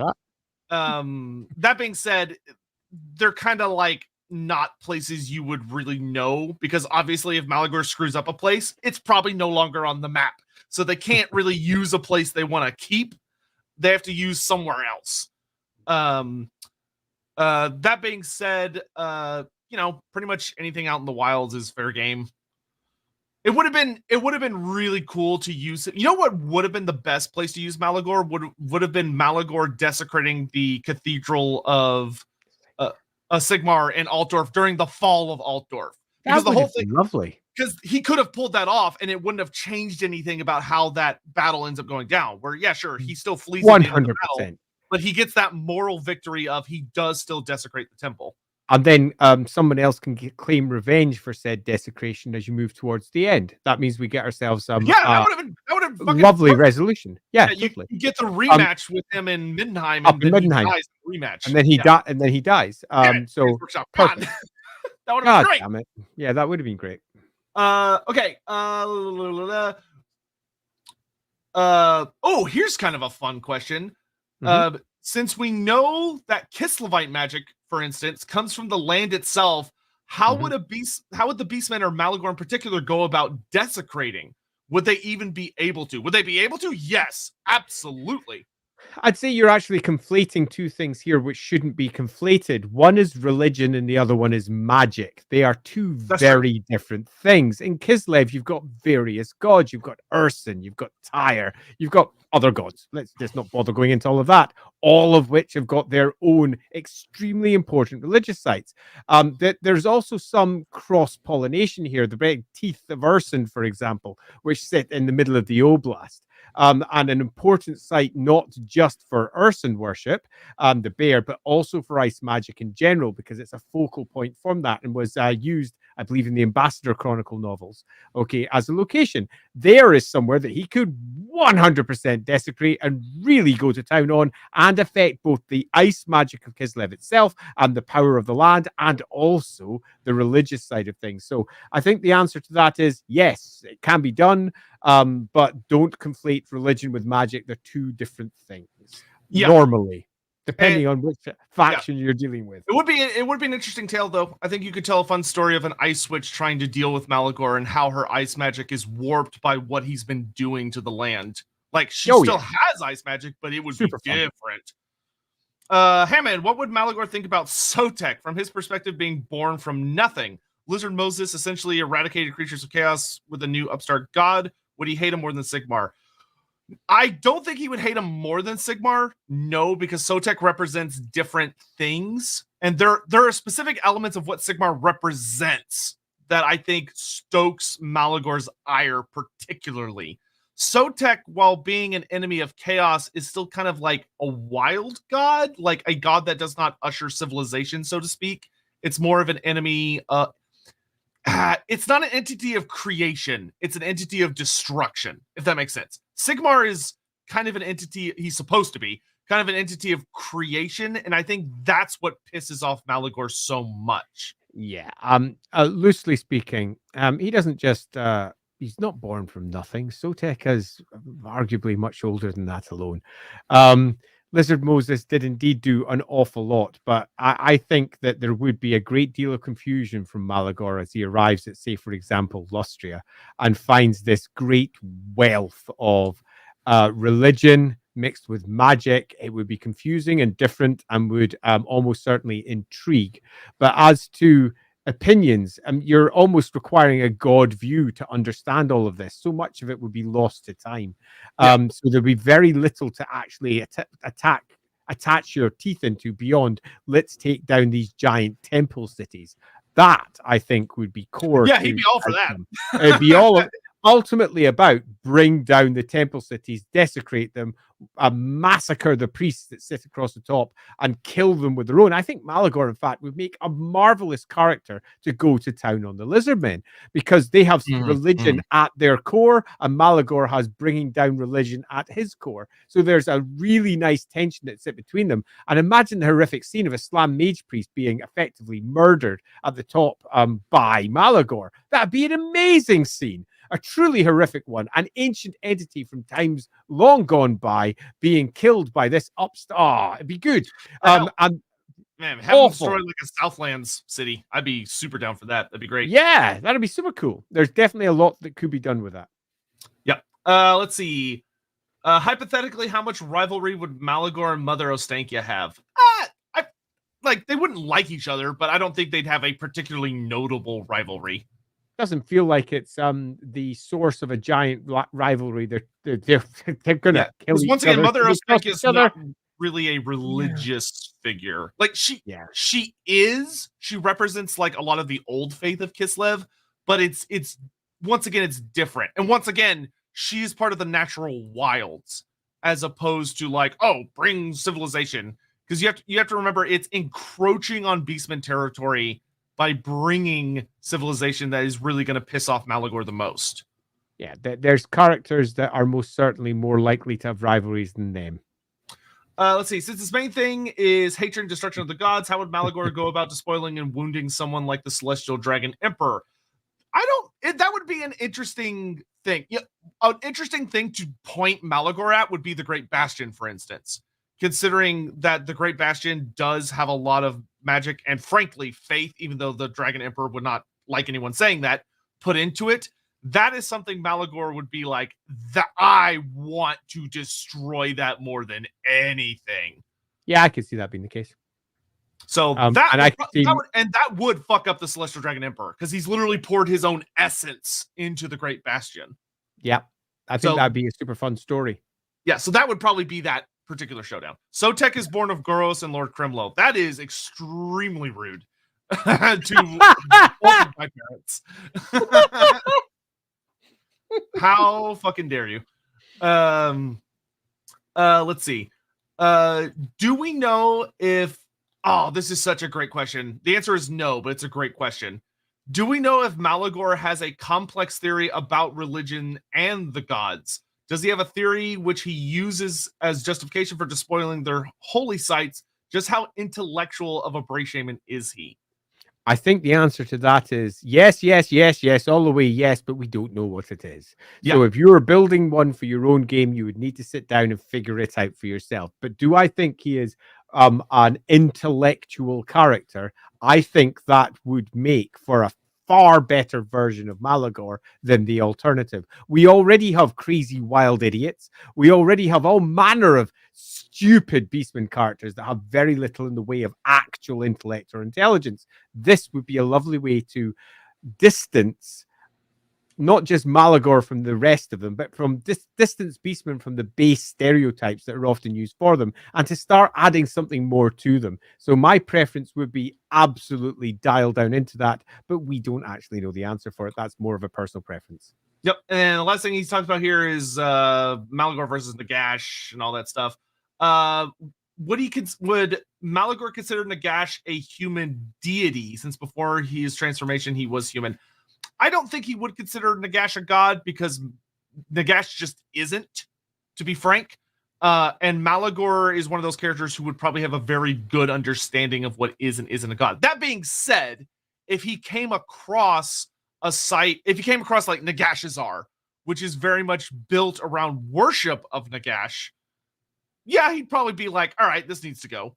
Yeah, I broadly agree. Nagash is not a god. No matter what eventually it becomes, Nagash just isn't. Nagash is akin to them and getting very close, but I think it's fair to say that Ascension is a core Nagash, let's say, drive. So moving towards becoming a god, absolutely. And would Morgor have issues with that? Yeah, very probably. But that doesn't necessarily mean that they would be more important than the far more pressing issues that already exist.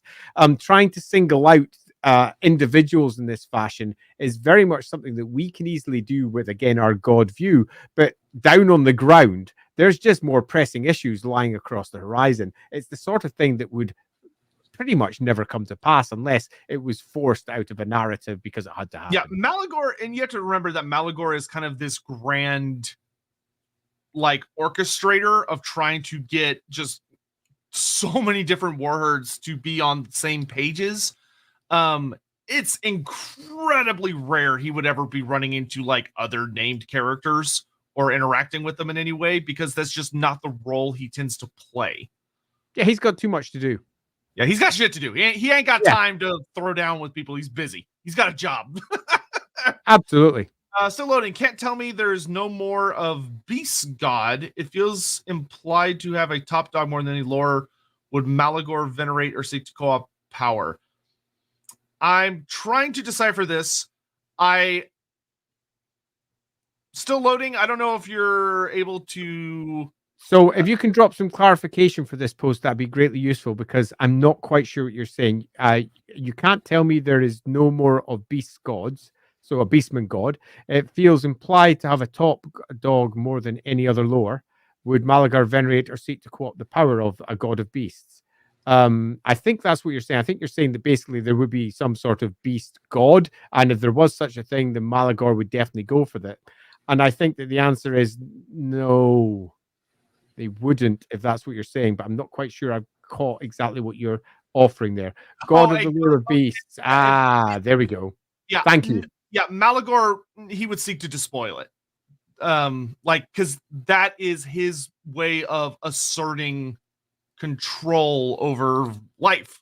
That is his way of influencing matters, and he would continue to do that.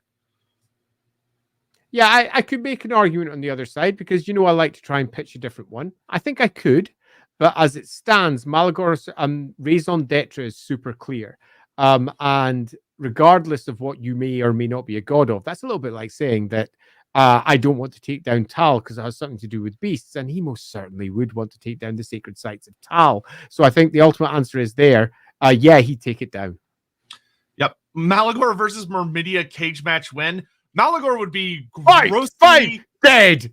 Yeah. It's like best case scenario, like the mortal incarnation of Myrmidia, but like, yeah, Malagor is that'd be fun. Actually, I reckon you could make a good.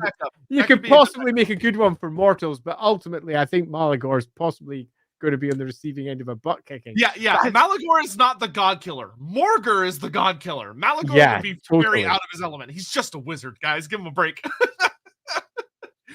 Spell, God goes smite. Get the fuck out of here. Ryan Adwell, you missed the last one. I just sorry. I would love a story between Beastmen and Chorfs. Yeah, it'd be great. It's agreed.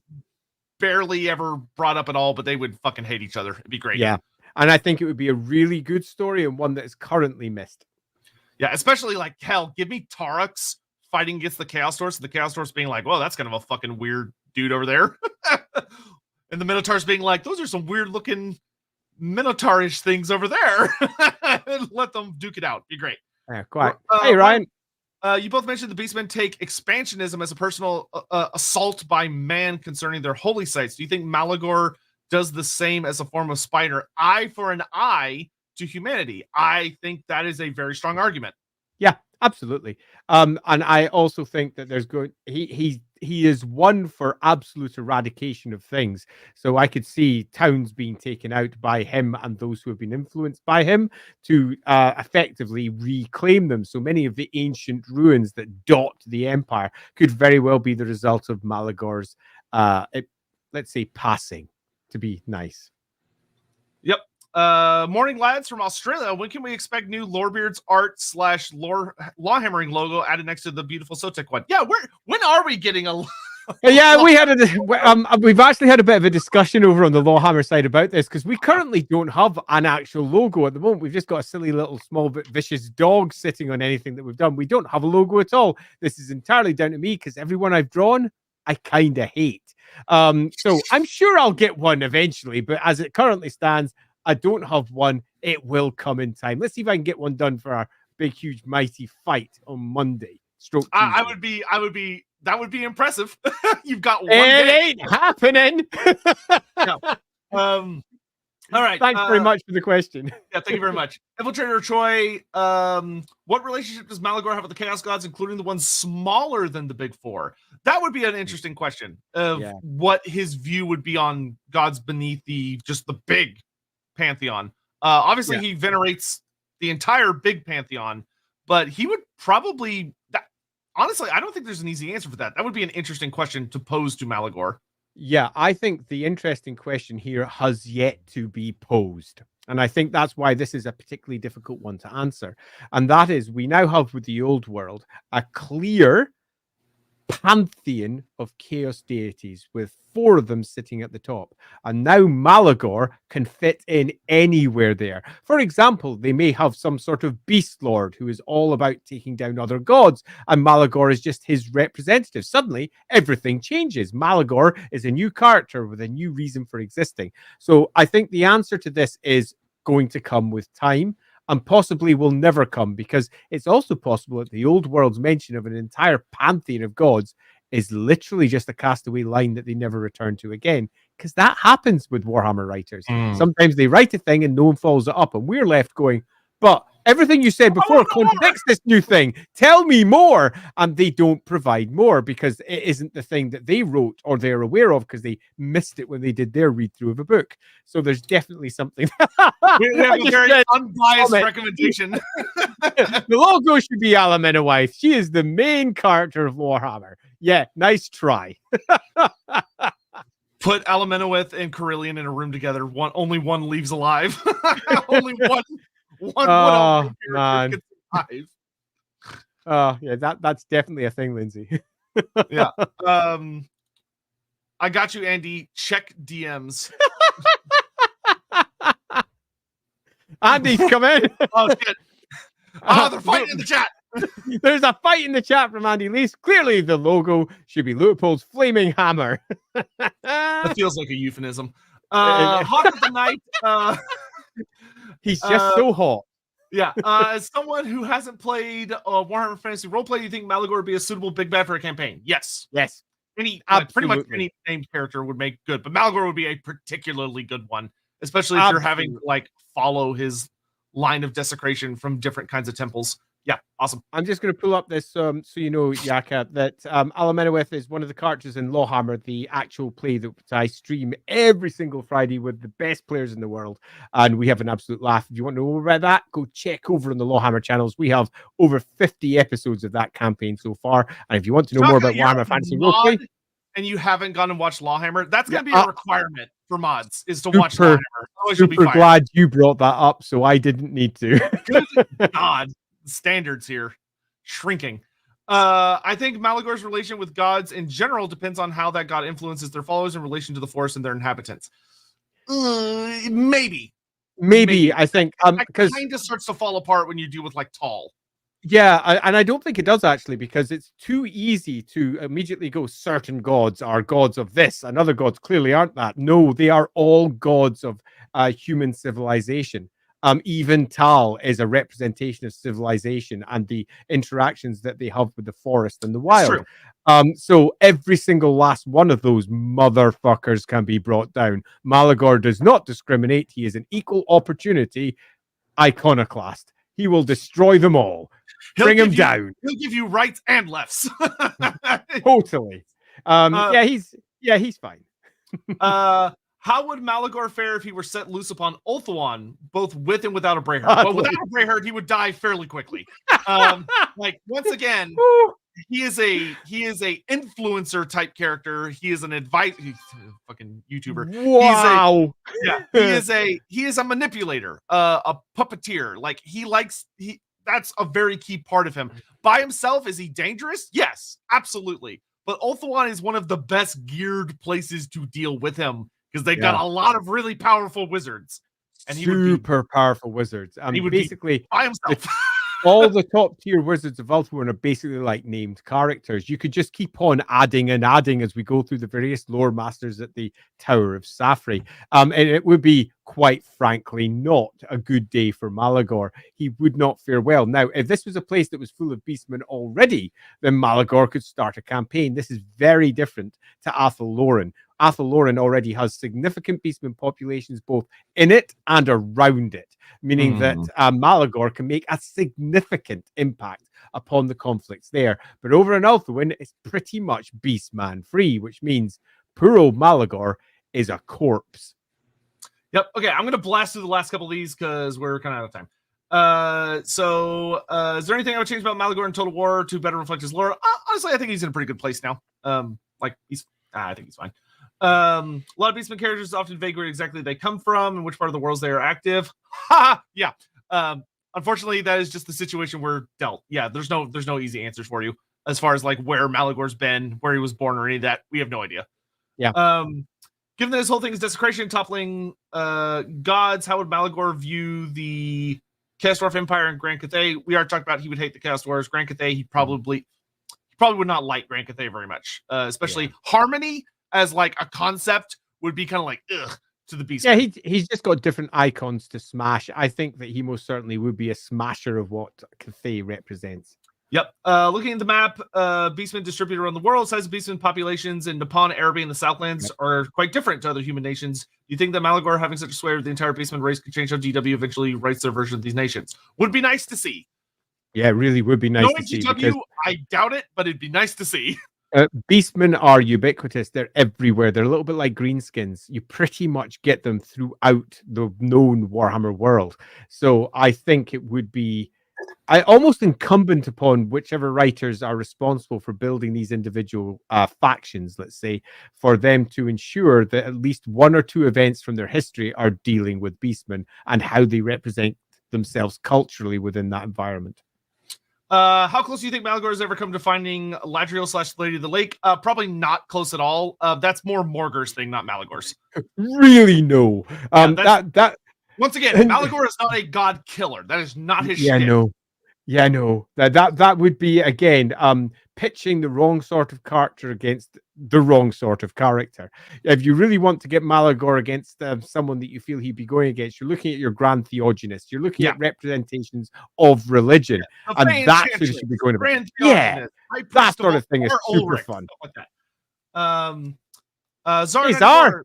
Thank you for the super chat. Painting with you guys talking is very productive. Appreciate it, guys. I wish I could paint while listening to things. I am bad at that. You know what? Maybe that's what I should start doing when we're doing our chat, so I actually get some painting bloody done. Because it was.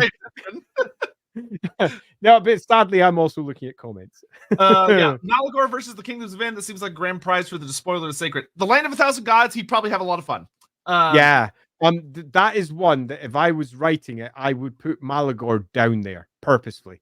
I would move him because there's some great stories you could tell there, and then you could shift him back up again. Oh, that actually okay. I'll amend my earlier statement for Total War. I would like to see Malagor move further east. I think he would actually make for an exceptional character going way, way, way east and leading like the Beastmen of Cathay, or if we could end eventually putting him there, I think that would work great for him. Certainly better than Murkane. Yeah, he's just sort of there. I mean, which he's there. Let's see. Would Malagor could Malagor successfully lead a human-centered chaos warband? I mean, the question is, would he lead? And that is ultimately what we're looking at here. He is not naturally a leader, although Total War will give you a different impression because that's what Total War is all about. But broadly speaking, in terms of his character, he is someone who joins, manipulates, and moves others around. So would he do this to non-humans? I mean, non-beastmen is the next one. And I think the answer is that's not what he does. He's not really interested in that. He's not interested in chaos matters. He's interested in beastman matters. To do that, while sure you could write a story where he did do that, but it weakens him in terms of his overall story and the one that's being told, which is a beastman story. If you start attaching him to the other chaos factions, so to speak, all you're doing is effectively making the beastmen seem, if anything, less important. You're diluting. You are absolutely diluting it. So loosely, I would prefer not to dilute those stories. For all, it is a really easy and fun choice to do, and you certainly could do it for an individual story. It would be better to concentrate rather than dilute in this instance. I sent you something on Discord that Hammond just sent to me, just so you can laugh at it. I've just been sent something as well. So for anyone curious, I think it was his pitch for the Lawhammer logo, which is Mimir's head from God of War Ragnarok. With Lawhammer written around it. Yeah, just anywho. All right. So nice one, Hammond. Yeah, all the other questions I feel like we've answered appropriately. As the last one being, is there a character Malagor is particularly inclined to work with? I would say probably not really. The only one that he works with explicitly in a story is Goros Warhoof, where he convinces him to participate in the Battle of Athel Loren. So, there is that where but I think any character that leads a herd is a character that he is likely to interact with. Yeah, that's pretty much what I was going to say. You're really looking for any character that's got a big war herd, brayherd, or whatever else you want to call it. A big chunk of beastmen that could be easily influenced towards Malagor's ends. And they definitely will be used. Yeah, another cool story that I would like to see them do if they ever wanted to would be that if Malagor tried to convince Khazrak the One-Eye to do something. Because I think Khazrak would be a very interesting character in that his personal vendetta with the Todbringer is so much more important to him than anything else that he would probably deny Malagor, which would lead to some really interesting conflict. Yeah. Yeah, I think that's quite a good line on that one in particular. All right, and with that, we're done. So, we're at the end. Do remember the following things. Number 1, tomorrow, Malekith is going to massacre Settra. Now, if you might not have realized this yet, but it is the outcome we're going to have. Yeah. That's what his mommy Alternatively, tells him who every day. will win? Malekith or Cetra. Tomorrow we will be deciding that at 12 a.m. UK time, which is partly 6 p.m. if you're in the middle of America. Oh, you're so lucky over there, Americans. It's already up on the YouTube channel, so you could just go do the notify me button. From Andy's perspective, it is tomorrow. From totally. From an American perspective, it's in 2 days. Yeah, quite. From my perspective, this is 100% tomorrow. I'm going to get one sleep before this occurs. So I'm going to have a good think as to exactly how Malekith is going to Malarian his way across Cetra and his pathetic empire that should just be called the Hex Empire. Anyway, beyond that, might I also say, if you have enjoyed the stream and you want to say thanks to me, do pop over to the Dark Deeds website and sign up for more news about Dark Deeds. Even if you're not sure whether you want to play it or not, or if it's really your thing, just go sign up anyway. You'll get some news as to whether the game is your thing or not, popping into your email address. This has nothing to do with me personally. It's Modiphius that are running this. This is another games company who are publishing for us. But do pop over there, sign up. It would be enormously appreciated. The link is currently sitting inside the chat. Yeah. I've done the grown-up thing. Also, subscribe! Yes, and for the love of God, please go subscribe to Lawhammer. We're so close to Queek Head Taker. Oh, yeah, Queek Head Taker's at 5K, and we must only be about 200 folk or so away from that. We're getting real close. Bluntly speaking, if everybody who watches this right now just pops over to the Lawhammer channel, presses subscribe, we will have Queek by pretty much needed by the end of this week. I put the pressure on. So take that. Don't do that to me. Panic. Yeah, and I will say for anyone that's like worried about the Malekith versus Cetra stream, just make sure you do the notify me button. So I'll make sure me and Andy are 100% after we get offline. On when that's going to be, because when it goes live, you'll get an alert and then you're good to go.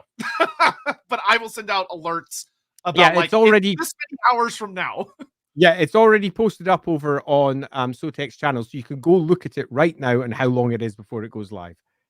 Yep. All right. And that's it for us today. So thank you all so much for watching. Oh, you rock. It's been a good day. I enjoyed that one. Yep. And we will see y'all in pretty soon. In another day. Pretty soon. If you'd like to show up to the next thing, we'll see you soon. And if not, we'll see you in a week. Remember that next Lorebeards is on Andy's channel over there. Oh, it certainly is. And we're going to be talking about the new Shadows of Change stuff. Will I do the quick lore video and Skaven cosplay? So you're not going to see anybody is the thing, but there will be an Andy Skaven at the end. So it's better than cosplay. I love doing Skaven. Anyone who's watched Lawhammer will know just how much I enjoy doing Skaven. I can sometimes be a bit noisy. I do enjoy it. And Andy will be in the video. That was part of the dark deal that was forged. Anyway, dark deal in the background. See you guys later. Thanks for watching. Bye. See y'all later. Bye-bye.